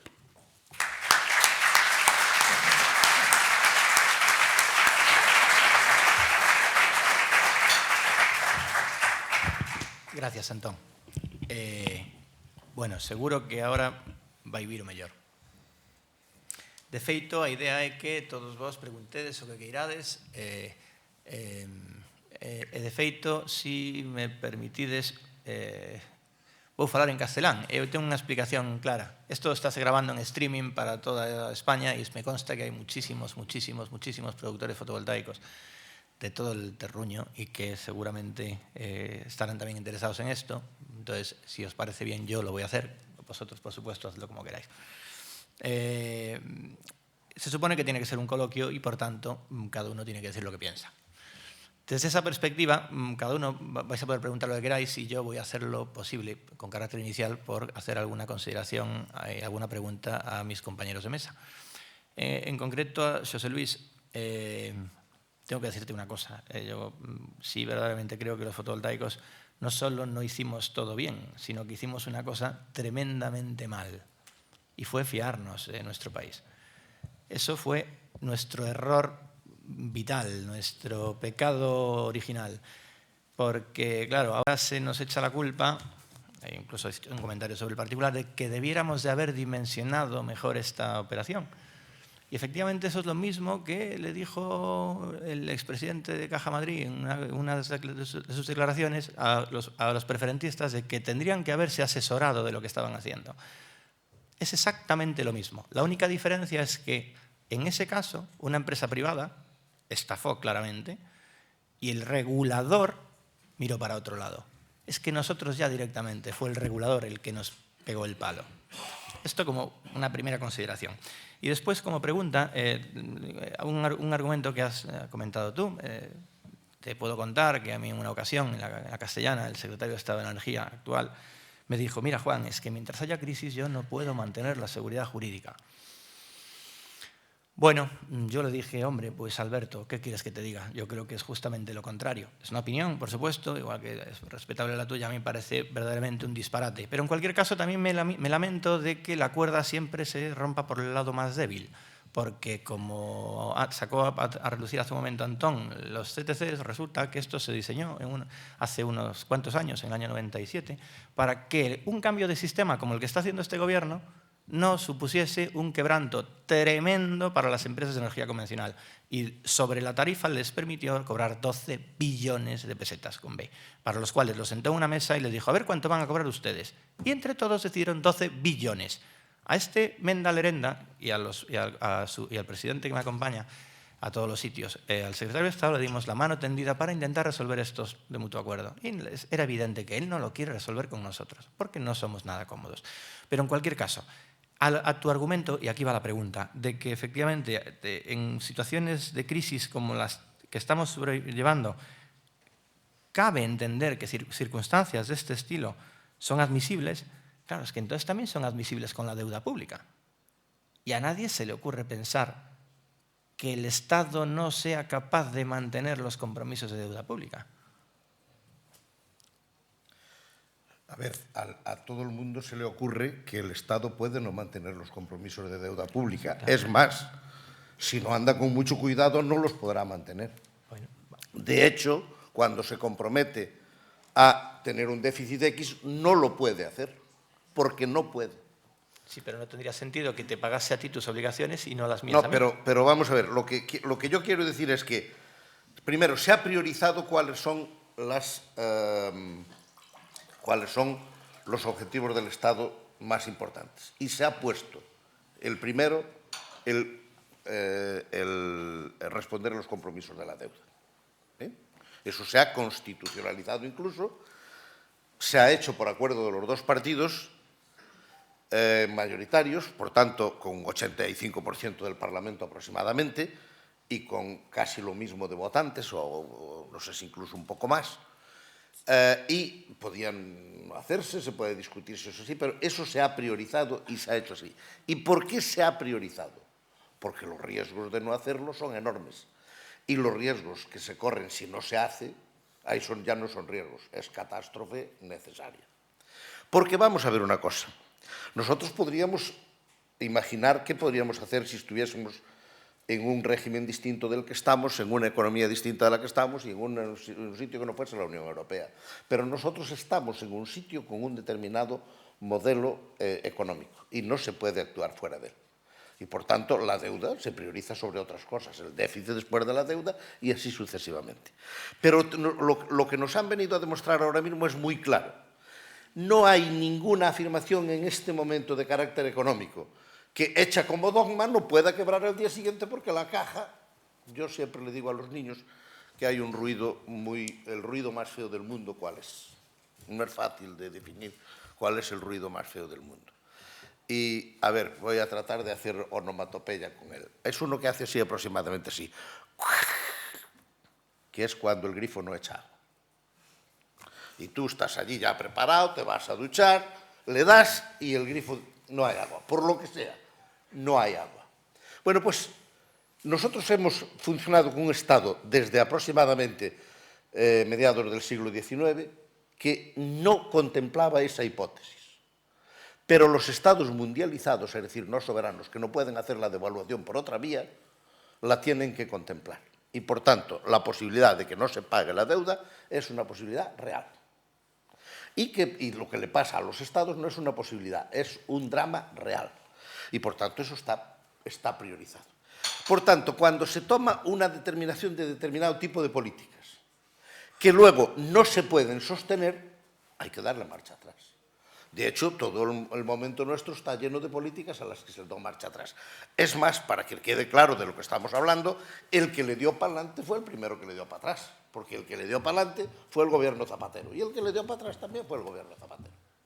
¿Y por qué? Porque en el medio se le cruza una liebre, un gato negro, y tiene que elegir, y va eligiendo sistemáticamente. Ahora yo ya sé que hay mucho la costumbre, voy a hacer una afirmación para que quede claro por qué Antón y yo discrepamos radicalmente. Ahora hay mucho la idea de afirmar determinadas cosas como derechos.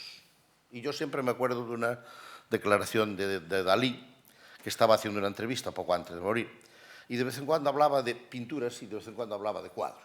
Entonces el entrevistador, con buen criterio, le preguntó si había alguna diferencia entre cuadro y pintura. Y él dijo, muchísima, porque la pintura es lo que uno realiza con el espíritu artístico, con unos colores sobre un lienzo. Y cuadro es la pintura una vez que se vende. Y una vez que se cobra el cheque, dijo. Una vez que se cobra el cheque pasa a ser un cuadro. Bueno, pues es muy importante saber eso. Es decir, un derecho es verdadero cuando se paga y no es verdadero cuando no se paga. Ya estábamos, algunos ya los tenemos muy claros, ¿verdad? Porque el derecho a la vivienda lo tenemos todos desde hace 30 años o 35, 38 ya. Y sin embargo hay mucha gente que está sin vivienda, ¿verdad? Y por tanto, desde esa perspectiva, yo creo que es muy bueno que nos pongamos en los nuevos modelos económicos, porque si no, no nos vamos a entender de nada. A ver, yo discrepo de Antón, no solamente porque discrepe en este plan, sino porque discrepo en la visión general de la economía. Yo puedo ser ministro de Industria del PP y él no. Claro. Entonces, yo además no quiero. Bueno, no, pero en mi caso no lo he descartado todavía. Claro. Entonces, eso es fundamental que lo sepamos. Es decir, ¿por qué? Porque yo hago un discurso que juega en el ámbito de las mayorías. Juego en ese terreno y juego en el ámbito de la Unión Europea y creo en el Banco Central Europeo. Yo también. Bueno, pues entonces ya creemos en algo juntos. No, bueno, la diferencia es que ocurre en un estado de bienestar, y tú parece que no. No, yo también creo en el estado de bienestar por otra vía, ¿verdad? Y por tanto, es muy importante unha reducción Bueno, que en sí, este momento na Unión Europea que claro, non se corresponde. Pero no es menor reducción que la de decir estos lo tenían preparado porque venían a trabajar para los monopolios. Bueno, es una reducción, ¿verdad? Y por tanto... É lo verdad. No. ¿Por qué non é verdad? ¿Por qué no? Porque yo no... A ver, los dos hemos estudiado en el seminario. Y a mí me explicaron una cosa que a lo mejor tú ya has olvidado, que dice, nadie actúa por el principio del mal. Lo hace mal, de vez en cuando lo hace mal. Pero no hay ninguna posibilidad de explicar un gobierno malo porque ha llegado allí para gobernar mal. No es así. No, pero que, vamos a ver, é que tú estás introducindo unha... Ya está, yo ya termino aquí, pero lo que quiero decir es que eu non introduzco. No, yo tampoco introduzco una visión moral, Si no, en absoluto. Non é cuestión de facelo ben ou mal, é unha cuestión de negocios. No, pero vamos a ver, yo no creo que un gobierno que se presenta a unas elecciones con un programa político lo haga para engañar a su personal, coger a los 11 millones de votos y entregárselos al capital monopolístico internacional. No creo eso. Y por tanto, yo analizo las cosas desde otra perspectiva. Yo podría ser ministro del PP e incluso del PSOE. De hecho, ya fui vicepresidente primero de uno y después del otro. Pero no puedo ir más allá. No puedo ir más allá, ni por un lado ni por el otro. Y tú vas un poco más allá. Haces una cuestión más radical y más profunda, que a lo mejor tienes razón, pero yo no la hago. Y eso es lo que da dos discursos distintos sobre esta mesa. Sí, puede ser. Eu simplemente quero decir unha cosa. O feito de que pagar a débeda e controlar o déficit sea unha prioridade non significa que só hai unha maneira de hacerlo. Ya. É que tú, claro, no, es que esa é a elección. É dicir, eu non discuto que hai que pagar a débeda e eu non discuto que hai que equilibrar as contas. Pasa que tú pareces a asumir que só hai unha maneira de facelo e eu digo que non, que hai moitas maneiras de facelo, que se pode recortar en moitos sitios, que, por exemplo, política enerxética se podía haber sido recortar en outras cosas e non nas primas ás renovables, igual que se pode... En Bruselas te dice que tes que efectivamente... Bueno, de verdade que non estamos controlando moi ben, porque xa estamos chegando ao 100% do PIB, non? Que tens que equilibrar as tuas contas, pero non che dice onde. Iso é unha elección que fai o goberno de aquí. Igual que tamén digo, e supoño que nos estaremos de acordo, que nós non temos especialmente un problema de gasto. No ano 2007, antes de que empezara a recesión, che recordo que o gasto público en España estaba 10 puntos por debaixo da media da Unión Europea. E co tamaño do noso sector, deso que chamamos o sector público, estaba 5 puntos por debaixo da media da Unión Europea. Non chegamos ao 40%. E que se agora se disparou o gasto público, se disparou fundamentalmente por dos factores, os intereses da débeda e o paro, que é a mitad do gasto público. A mitad do gasto público se vai nos intereses da débeda e no paro. Non se vai na prima da fotovoltaica, nin na sanidade, nin na educación. Eso por un lado. E por outro, temos un problema de ingresos. Supoño que nos estaremos de acordo. É dicir, temos mentras Francia, Inglaterra, Alemania recaudan impuestos casi un 50% da súa economía, nosotros estamos no 37-39. E temos un goberno que decide que non vai subir de aí. Claro, esa é outra forma de equilibrar a débeda e o déficit. Sí, eu neso non discrepo. En cualquier caso, como no quiero monopolizarlo yo, voy a hacer una pregunta que engarzo con un comentario. Efectivamente, yo creo que las situaciones hay que optimizarlas. Lo que pasa es que lo lo curioso es que habitualmente siempre en el ámbito energético, que es el que conozco, no voy a ser tan osado como para hablar del resto, en el ámbito energético, siempre el recorte va destinado a los mismos, pese a lo que los supraorganismos internacionales dicen que es donde se tiene que meter el tajo, no se mete. Pero, bueno, en cualquier caso tampoco creo que los partidos políticos, o sea, que un gobierno cuando entre, no comparto si esa visión tan catastrofista de Antón, de que efectivamente... Y al final es un empresario. Claro. Y yo soy un joven radical. Me gusta más ser ciudadano. Quiero decir, creo que generalmente... Tú eres un hombre de orden y un empresario, yo soy un joven radical. Creo que voy a llegar a la mitad de camino, creo que habitualmente se prostituyen por el camino. Y en concreto no cuando se cruza un gato negro en el ámbito energético, sino cuando se cruzan 5 gatos negros. De hecho, esa pregunta, cuando se cruzan los 5 gatos negros, es alguna reflexión que quiero hacer con Antón. Él, en su libro, que insisto, y por segunda vez y última voy a recomendar encarecidamente, viene a explicar básicamente que esto de las privatizaciones efectivamente fueron artificios para que determinados grupos empresariales se hiciesen con el poder de varios sectores económicos. Y claro, yo lo que me pregunto realmente es si el tumor está en el artificio o el tumor está en el vehículo o el tumor está en el conductor. Quiero decir, porque si el que toma las decisiones es un chorizo, va a ser un chorizo con independencia de que esté privatizado o que sea público. Entonces, ahí me gustaría efectivamente que me explicaras a mí personalmente por qué tiene que ser ese el camino. Bueno, evidentemente non ten por que ser ese o camiño, ni moito menos, non? Eu creo que en España o problema que temos é que, así como en política houve unha transición e se puso unha enorme modernización do funcionamento da nosa vida política, do funcionamento das nosas institucións, ainda que agora estemos pasando un momento de crisis e de desapego e de desafección por outras circunstancias que non vamos a expoñer agora porque non é o momento da mesa. Eu creo que, sin embargo, a élite económica e a élite financiera en España boa parte dela non pasou por esa segunda, non viveu esa transición. E sigue funcionando con un esquema que retrataba de maneira, eu creo que absolutamente certera, Berlanga en la escopeta nacional.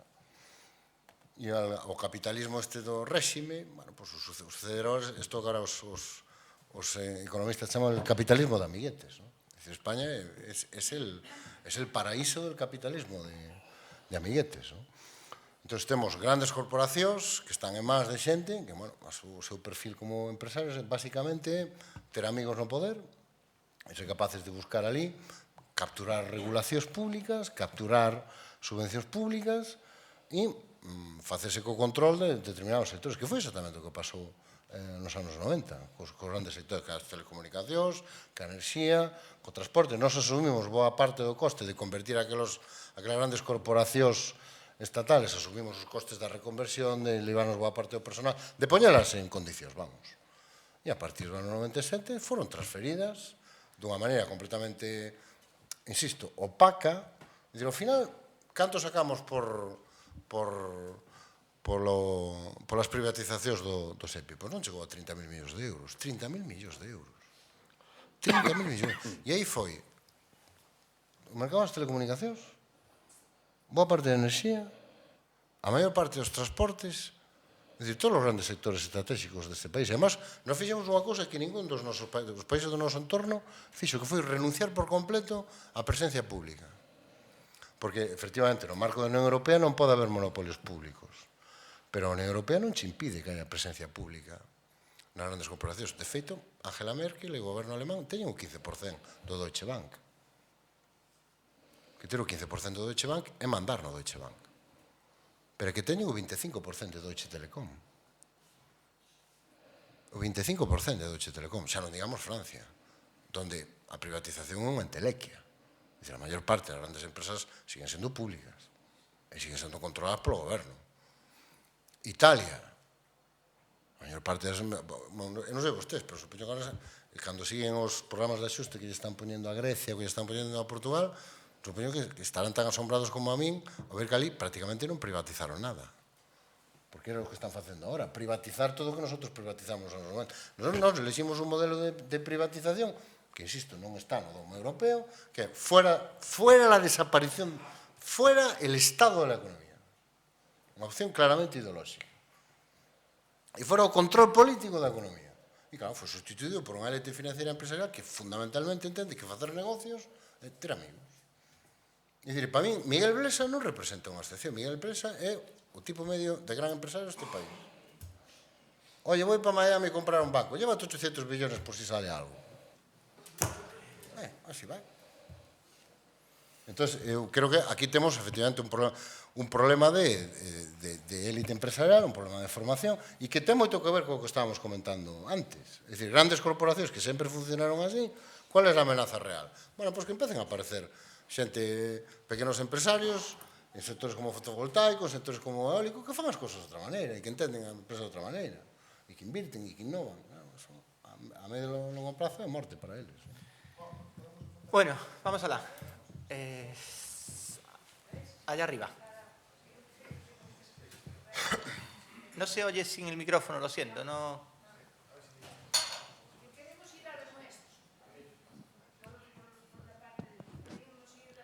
A ver, perdón, es que tiene el micrófono. Sí, una solo un persona segundo. atrás. Por añadir, o no, digamos, perder el rumbo del debate y centrarlo en lo que yo creo que estamos aquí todos hablando, ¿no? Xosé Luis, eu comprei o libro de A Terra que era pobo, teño que dicir que o felicito, porque para min foi, digamos, hai moita lucidez nel.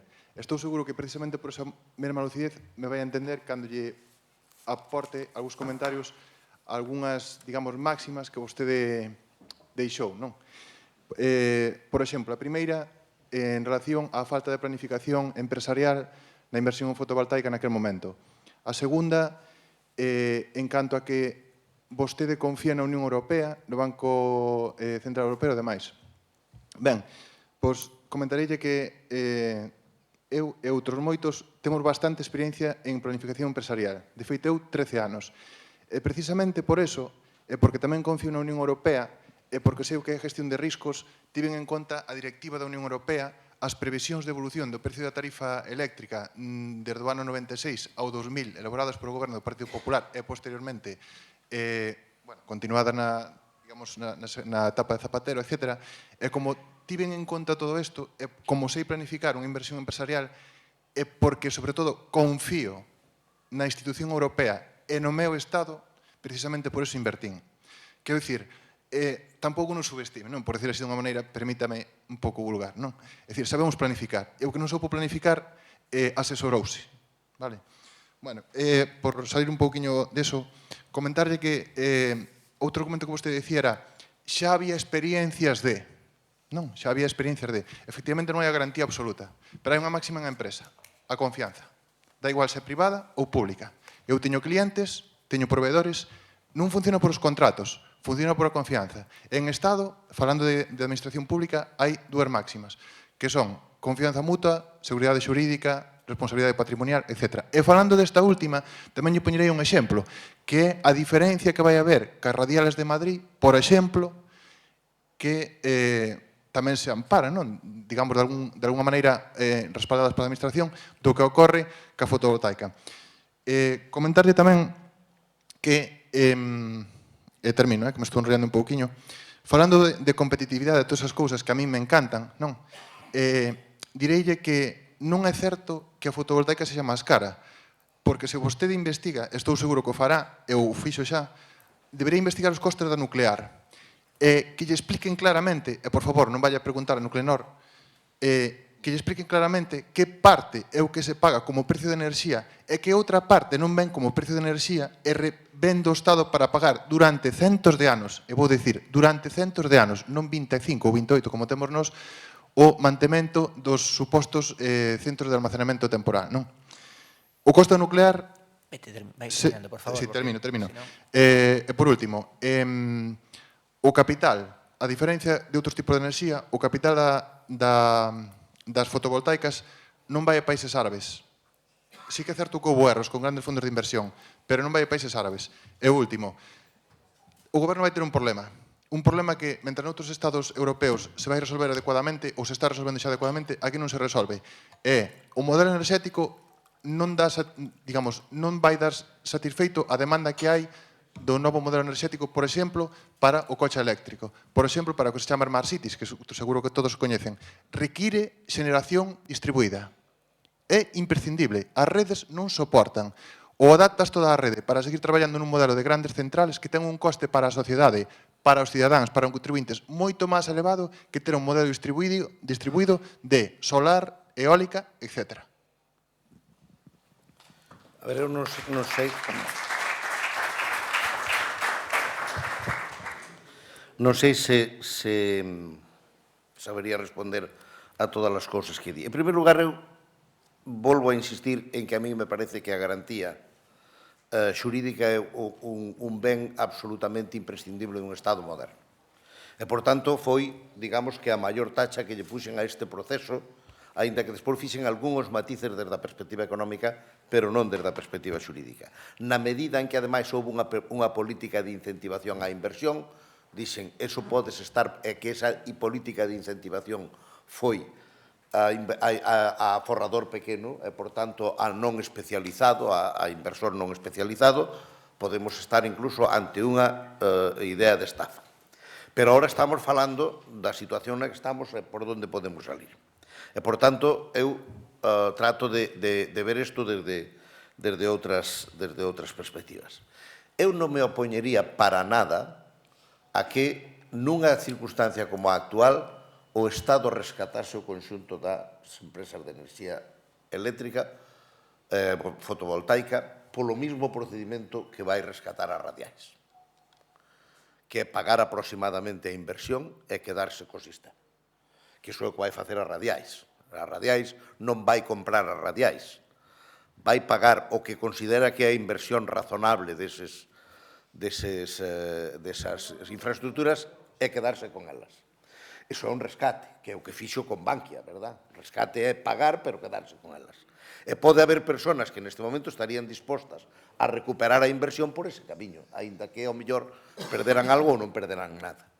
E eu, se houbera persoas que estuveran dispostas a salirse do sistema ao que entraron engañados por un procedimento de rescate, obviamente non me opoñería a él, porque creo que sería unha maneira de correxir o problema mediante unha intervención distribuída, pública, distribuída para o conxunto da ciudadanía, con independencia de que fora ou non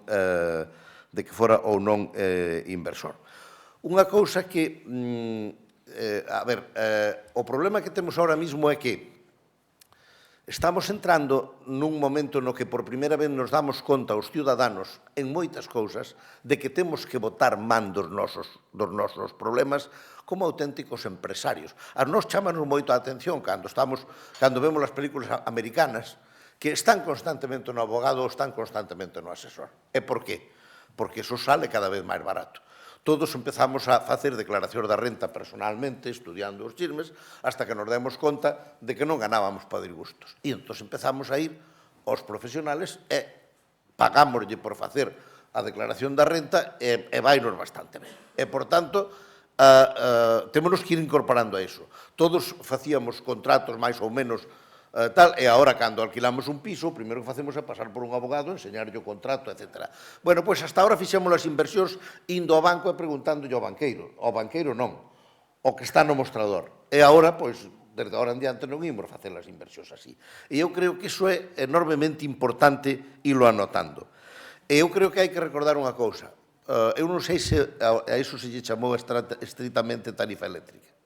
Pero debemos de recordar unha cousa, que o primeiro déficit de tarifa que houve en España, o primeiro elemento que obligou a pagar sustancialmente por encima o coste de enerxía foi o aborto da central de Lemóniz. A moratoria nuclear. Exactamente. Pero empezou co tema do aborto de Lemóniz e de todas as concesións que estaban establecidas. En aquel momento Francia fixo unha cousa absolutamente distinta e acertaron eles, e non acertamos nós. E, por tanto, eu creo que eso hai que ir botando as contas no... Francia incluso acertou con respecto a outros como a Alemania, que non sei como vai facer, pero en todo caso comprando enerxía nuclear, porque o que acabamos facendo foi cerrando as centrales nucleares e comprando durante moito tempo enerxía nuclear, o cual é como unha especie de estupidez bastante grande, verdad? Sí, aquí lo que se hizo efectivamente fue, con la moratoria nuclear a partir de la de Moniz, pagarle un pastizal enorme a las empresas de siempre para que no siguiesen con sus tecnologías, cosa que no hicieron con nosotros. A nosotros directamente la ruina y que pague San Pedro. Pero exactamente eso. Quiero decir que fue una intervención sobre el mercado con concesiones ya establecidas, porque ya estaban las concesiones establecidas. Y se rescataron las concesiones y por eso hubo que pagarlas. Y además hubo que empezar a pagar la energía a partir de los años 73 al precio que se empezó a pagar. Y esas cosas no fueron precisamente grandes apoyos al modelo de las grandes empresas, que hubiesen estado encantadas de haber hecho las centrales nucleares que estaban entonces programadas, ¿no? Y por tanto, yo no me atrevo a salir de esta sin decir, nosotros tenemos un problema efectivo que puede haber sido el que se nos trató como si fuésemos un país de larga cultura empresarial cuando no lo éramos. Y por tanto nos han metido en un lío porque no nos han dicho que antes de meterse por aquí piense solo 2 veces. Nosotros ya nos pensamos muchas cosas que antes no nos pensábamos. Comprábamos los coches que había en el mercado, comprábamos la casa sin mirar cuáles eran sus elementos energéticos, mirábamos, todo fue así. Y fuimos aprendiendo poquito a poco que eso no se puede hacer así. Ahora ya sabemos que non se pode ir al banco e decir méteme aí os cartos onde che pareza que para que quero cobrar máis. Ya sabemos que non se pode hacer así. E ya sabemos que non se pode ir a un sector si non sabes nada de él. Y por tanto, desde esa perspectiva, yo creo que también aquí habría que distinguir a 2 tipos de inversores. El que fue individualmente engañado del que fue empresarialmente equivocado. Y yo creo que eso sería una distinción razonable. A ver, non sei eu porque estou aquí defendendo, como se chama Soria, el ministro? Sí. A ver, será porque, volvendo a lo de antes, igual quiero ser su sucesor, pero non tiña por qué defenderlo en todo caso. Pero lo que quiero yo decir es que no quiero resolver este tema tirando a trollo por encima de toda la norma y sobre el hecho de que nosotros no tenemos ninguna responsabilidad en las decisiones económicas que tomamos, porque la autonomía personal también existe y cuando nosotros decidimos meter el dinero aquí y no allí, pues tenemos algo de responsabilidad en esa decisión, una poquita. A ver, pregunta allí, por favor. Buenas tardes, noches. Mire, yo la pregunta que les quería hacer es la siguiente. ¿Por qué siempre comparamos a las energías renovables y no comparamos, por ejemplo, las nucleares y las de carbón? Las nucleares sabemos que estamos pagando un dineral a Francia diario por mantener los residuos, que son más de 300 años. Y ahí, en vez de, ¿por qué el gobierno no toma la otra pregunta, la actitud de, en vez de recortarle el dinero a Francia y no pagarle a Francia, deja de pagarnos a nosotros, que le deje de pagar a los franceses por guardar eso, a ver qué pasa? Bueno, esa é unha opción, efectivamente, pero eu, sinceramente, non creo que eso sea a raíz do problema nin do que se está pasando a vostedes agora. Eu creo que non é tanto que se paga ou se deixe de pagar a Francia, senón que nos iniciamos bueno, pero que aquí cada un vota as contas e son unha das trampas, non? Cada un vota as contas do que costa, e son un dos problemas que eu comentaba na miña intervención. É dicir, as contas son facilmente manipulables e, ademais, os únicos que teñen a información para votar esas contas son eles, porque dice antes o rapaz que interveu antes. Vai por aí e pregunta canto costa realmente a enerxía nuclear. E a quen? A parte dos que teñen, a quen lle preguntas? Se non hai prácticamente maneira de sabelo. E a maior parte da información que temos é información, digamos, que ven viciada, que ven a estancia de parte. Non hai, digamos, un corpo de inspectores de enerxía como pode haber en Facenda que che permita cruzar os datos que dá a empresa cos datos que ten Facenda sobre esa empresa. Nós non temos eso. Como teñen, por certo, a maior parte dos países do noso entorno, que si teñen un coñecemento bastante máis exacto que nós do que costa producir a nosa enerxía. Tivémolo. Tiñamos ese tipo de inspección e desmontámola como parte do proceso, porque esa é a outra pata do proceso de privatización, porque igual que se desmontaron os oligopolios e os monopolios públicos, se desmontou calquer tipo de sistema de control e inspección, non? E agora temos esta especie de nova volta de torca que é o superregulador, que cando todo o mundo vai a axencias reguladoras pequenas, moi profesionalizadas e moi sectorializadas, nosotros concentramos todos nun superregulador, que o único que ten de super realmente o nome. O problema da súa pregunta é que eu creo que digamos, é un detalle, pero o problema non é ese. Eu creo que o problema é que nós iniciamos un camiño a principios de século que era o camiño adecuado e que se está recortando non porque non sexa sostible, que eu creo que é perfectamente sostible, e non porque a crisis nos obliga a facelo, sino que precisamente se está utilizando a estrutura de oportunidade que xenerou a crisis para desmontar ese camiño. Por qué? Porque é o que non convén aos que neste momento mandan no mundo da enerxía en España. E eu creo que ese é o discurso que teñen que estar facendo vostedes. Eu, sinceramente, eu creo que un dos problemas que teñen as renovables é que sempre acuden aos debates en pé de inferioridade, como pedindo disculpas, como que non, somos pequenos, estamos subvencionados, menos mal que nos axudaron. Non é verdade. Están tan subvencionados como a eles. Eles están moito máis subvencionados. Porque levan moitísimos máis anos recibindo subvencións. E vostedes fixeron unha aposta tecnolóxica que ninguna das grandes leva feito. Isto, claro, xa ven a reacción neso é a única cosa na que ten razón Soria. Cando salen os de Iberdrola e tal, vamos a retirar todas as inversiones en España. E dices tú, que inversiones? Que inversiones van a retirar? Para un ministro tranquilísimo. Por qué? Porque non hai. É que non teñen nada que retirar. Se fai un montón de anos que non invierten en nada. Si llamase a Milonga que nos conta que en España pierden dinero. Donde ganan ellos dinero es por aí afuera. En Sudamérica e tal, o mercado español é deficitario. Entón, eu creo que ese é realmente o noso problema. E eu creo que, eu sinceramente, lles animo a que fagan un discurso moito máis contundente, oiga, non, os que temos razón somos nós. Pero non só por cuestións económicas.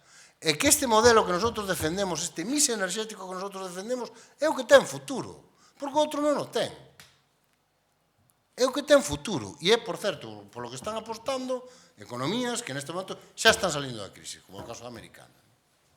No nos escucharás a nosotros decir a Ampier nunca que estamos subvencionados, te lo aseguro. Pero bueno, podemos ser máis agresivos. La próxima vez aparecerá el gusano. Eu que participo en moitos debates públicos, ves ata que punto, unha das claves é a contundencia e o desafogo co que os voceros das grandes corporacións eléctricas españolas soltan unha serie de mentiras, porque así como hai que calificalo, nos debates esta contundencia con a as víctimas son ellos. A ver. Sí. Miren, vanse encontrar con unha señora moi pouco experta. E sobre todo en cousas políticas. Porque cada vez que vexo algo político, pois non é do meu interés. Pero iso sí, estou na situación de que temos un fillo con un problema. O problema foi confiar no goberno e nas institucións de enerxía que o levaron a donde está. O noso fillo, por exemplo, non é especulador, é un traballador. É como somos nós, o meu marido e eu. E dixonos un día, mamá, hai aquí unha forma de inversión. Creo que non é pecado ser pequenos empresarios. Penso que hoxe que é moi necesario. É que moitas persoas, a conta deso, quitan as súas familias adiante.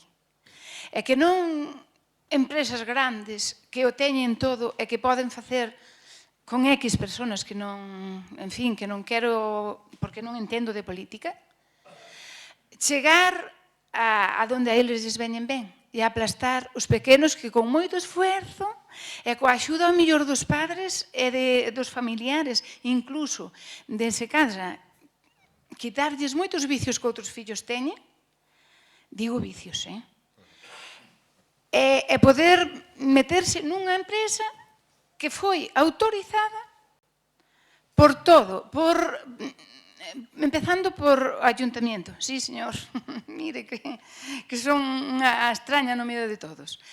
Pero eu só sei o que pasamos. O meu fillo non fixo nada ilegal. Pediu permiso a todas as institucións. Foi á Xunta de Galicia, ten todos os papeles. Incluso tuvo unha revisión posteriormente, desde que xa estaba traballando aqueles paneles que estamos nós con uns ollos que veño ao sol, para poder, en fin, non quero decir, ustedes xa me entenden. E agora encontrámonos cun problema, pero gravísimo, de que confiamos no noso fillo e sobre todo nas institucións, porque eu desde pequena nunca tuvemos un pequeniño negocio e nunca me sentí abandonada por as institucións sempre que se fora baixo a lei. Naturalmente, que se faz unha cousa fora da lei, alguén ten que educarte e poñerte no teu sitio, pero sempre que te esteñas respaldado pola lei, a min, e teño 61 anos, vou facer 62, e nunca me encontrei con nadie que me dera nas narices, porque tiña eso, papeles, tiña unha protección, que estamos pagando a que nós somos, que sostenemos ese gobierno. Porque se faltamos todos a pagar impuestos e tal, pois os impuestos a veces teñen que ir tamén para as persoas a quen apoian. É que os meteron nos berenjenos. Porque realmente a nós meteronnos en berenjenas, ofrecendo cousas que agora, polo que vexo, non se cumplen. E, bueno, eu sei moi pouco, pero sei solamente o que me sale do corazón. E así yo digo a ustedes que teño agora a oportunidade, pediríalles outra cousa, agora xa lle lo paso, pediríalles que nos axudaran a ver unha solución, non aquí a falarnos de Francia nin de outros lados. Estamos, de momento, somos europeos, pero necesitamos xa unha solución aquí, no noso país, con este problema. E axudarnos, non a quitarnos os ánimos. Por favor, eu pídolles que recapaciten e que procuren axudarnos de alguna maneira.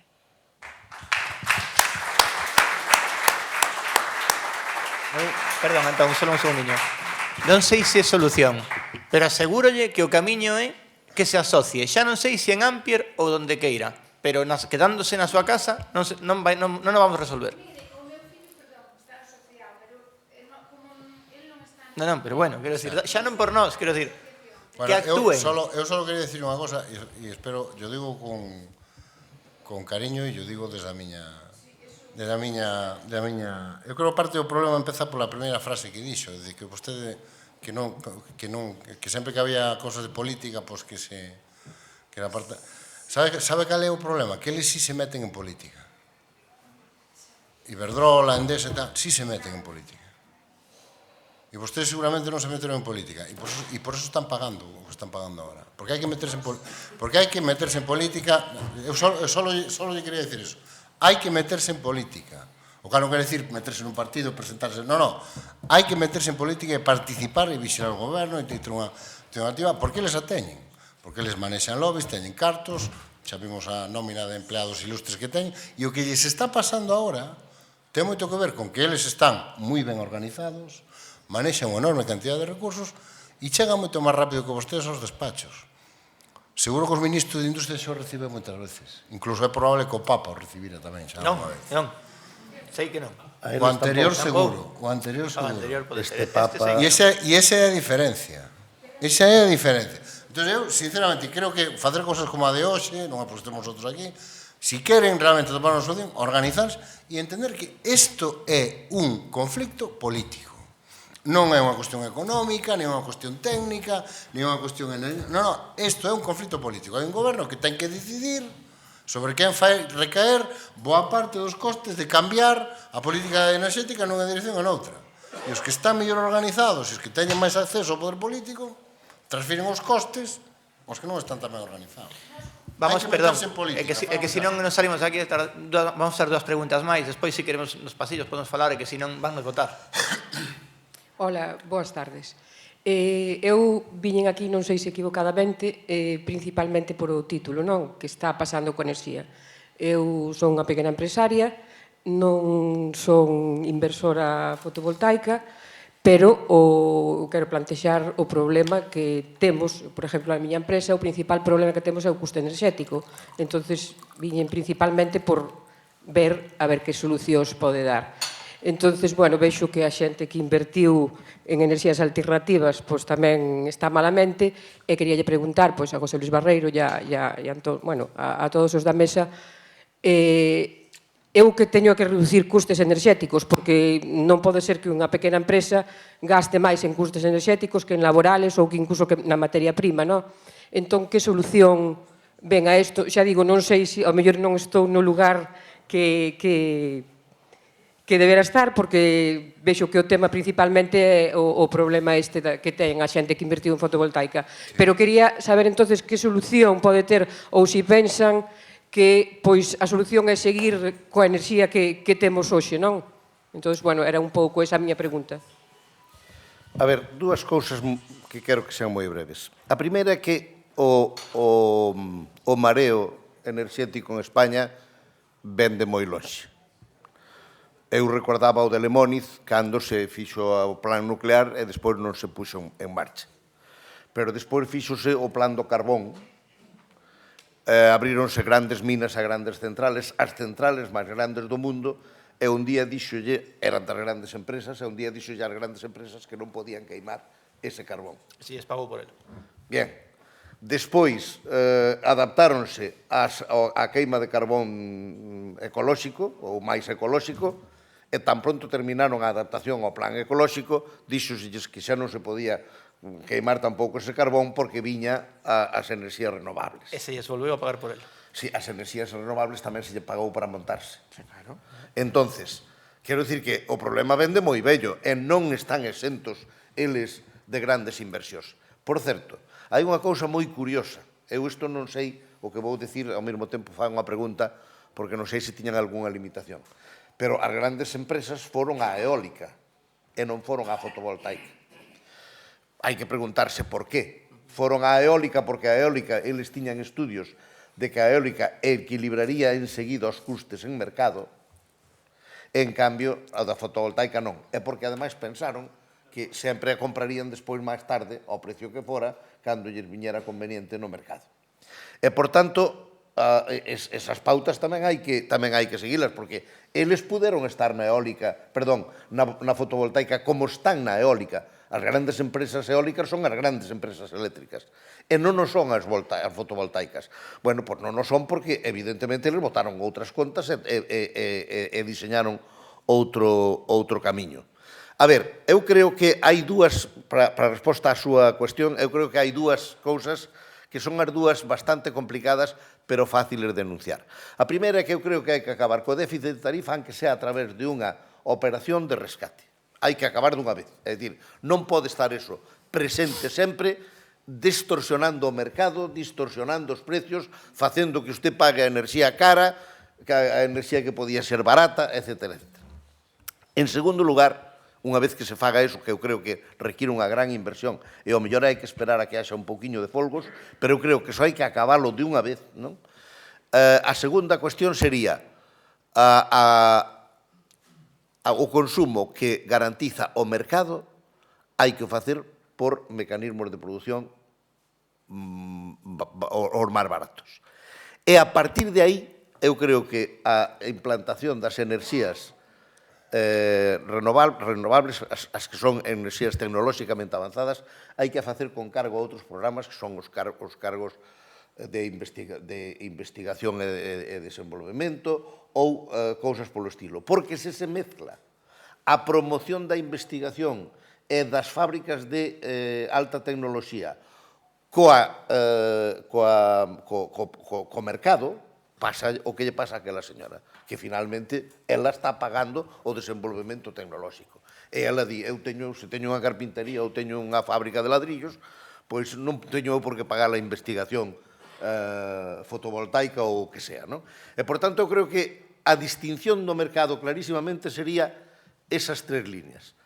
Primeira, acabar co déficit tarifario, aunque sea polo procedimento de rescate, e non metelo máis no asunto. Segundo, garantizarse o suministro polas vías de mercado máis competitivo e, por tanto, que aos consumidores, especialmente aos consumidores industriales, pero tamén aos fogares, chegar a enerxía ao precio máis barato que se poida producir ou comprar. E terceiro, que os procesos de investigación e modernización das enerxías sustentables non veña con cargo ao mercado eléctrico, senón que veña con cargo a proxectos a inversión de investigación. Porque senón o que acaba sucedendo, insisto, é o que lle pasa a vostede, que está pagando outra cousa, non está pagando enerxía, está pagando outro montón de cousas, impostos, déficit tarifario, expansión das enerxías renovables, etc. E paga demasiado para unha empresa que ten que producir e vender. Sucede que todo está estudiado. Sí. E resulta que a Comisión Europea, que tamén o ten estudiado, nun informe que fixo o 30 de maio do ano 2012, ven a acreditar onde está o furado do déficit tarifario en España.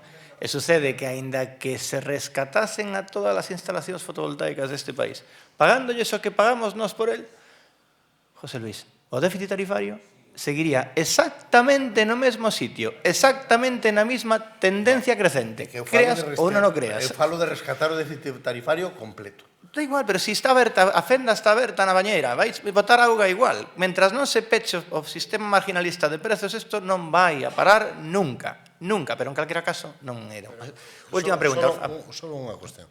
O déficit tarifario, basicamente, o que dice que estuvemos pagando a enerxía máis barata do que costa producila. E eso asumimos todos.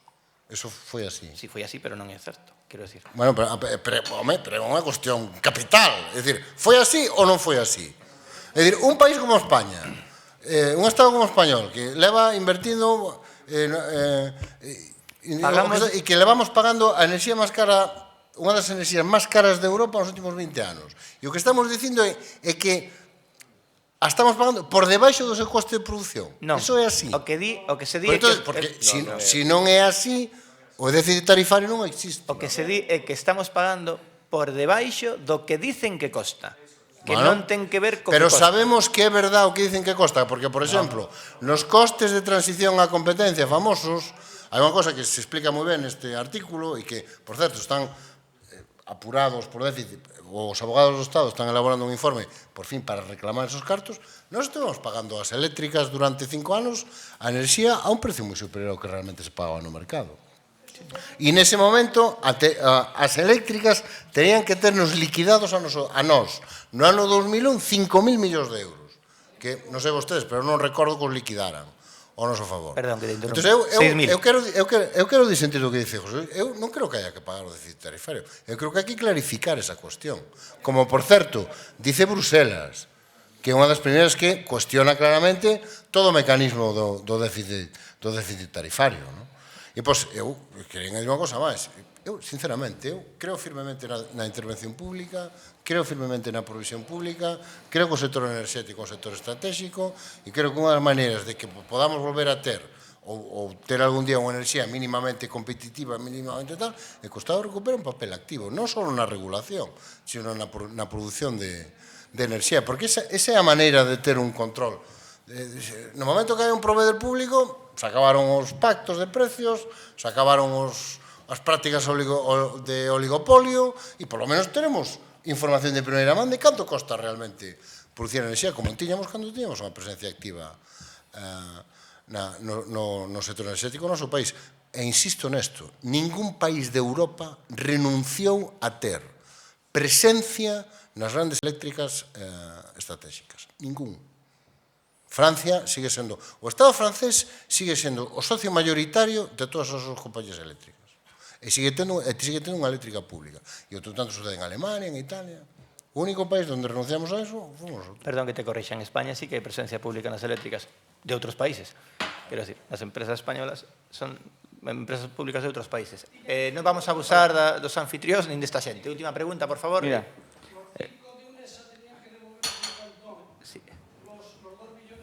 Sí. Vamos a... Mira. Es que si no nos entra en mi... Venga, que hablamos al terminar, si os parece, porque si no sí que nos salimos de aquí. Última pregunta, por favor. Mi pregunta... Vamos a salir mañana al periódico, que nos encerramos en la Diputación.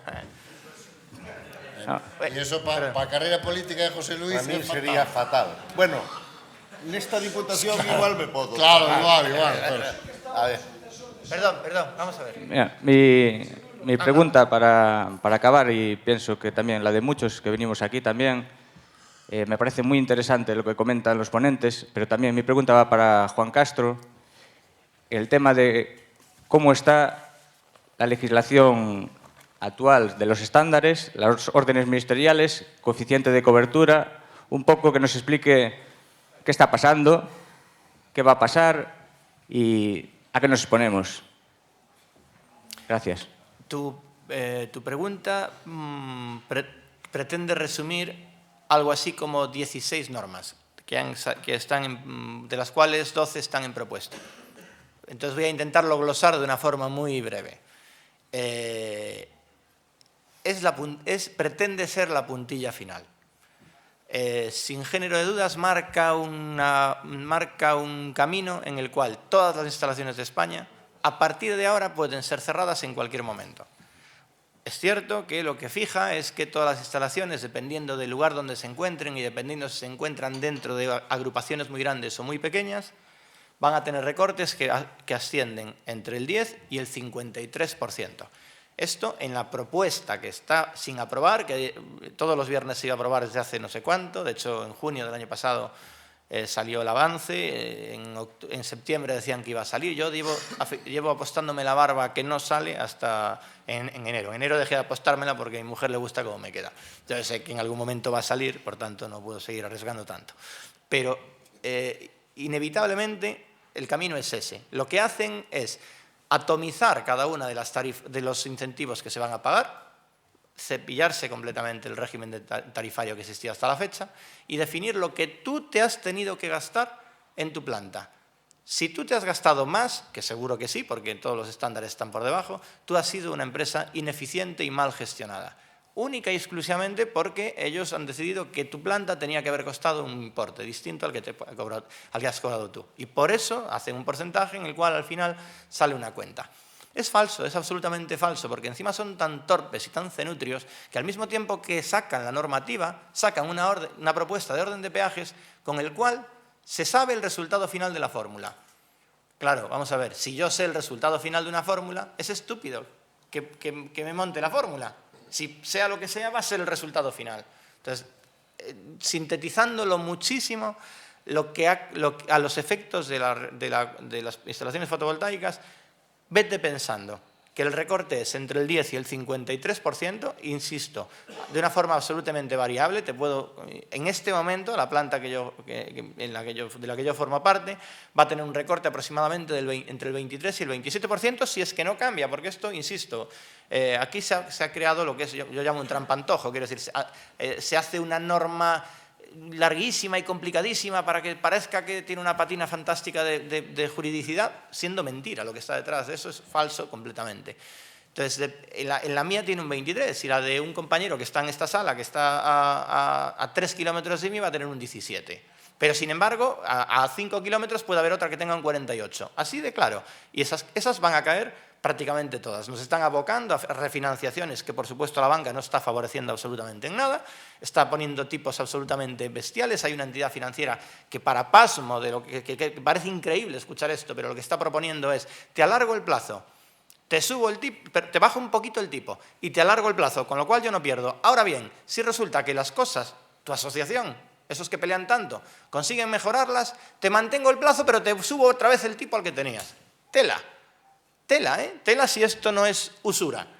Pues esto es lo que se está pasando ahora mismo. Y el Estado mirando para otro lado. Porque hay que mantener el gas argelino.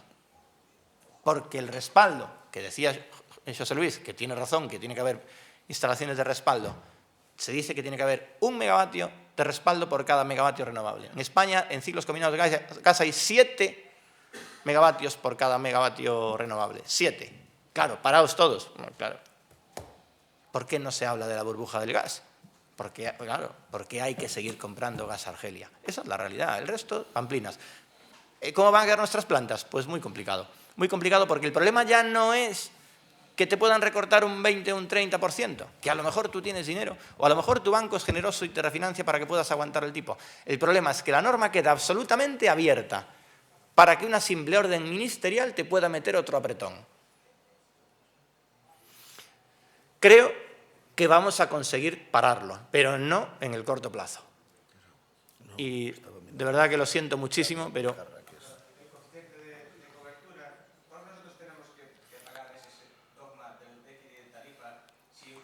Pues ese fue otro regalito del actual gobierno.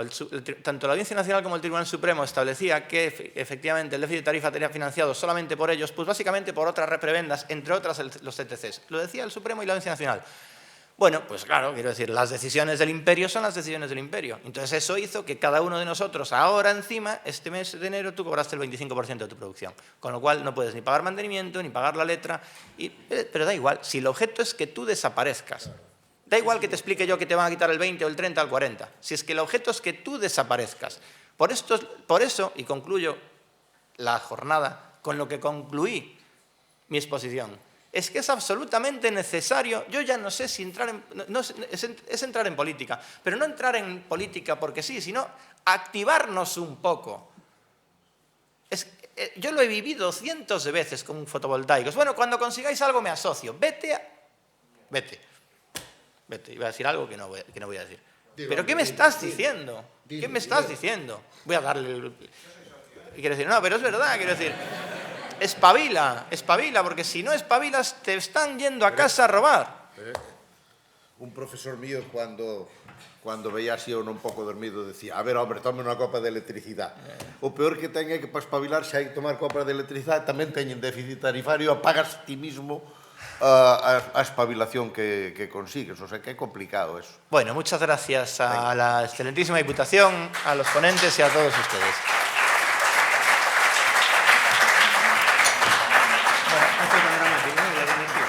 Bueno, no fue tan dramático, ¿no? No fue tan dramático. No.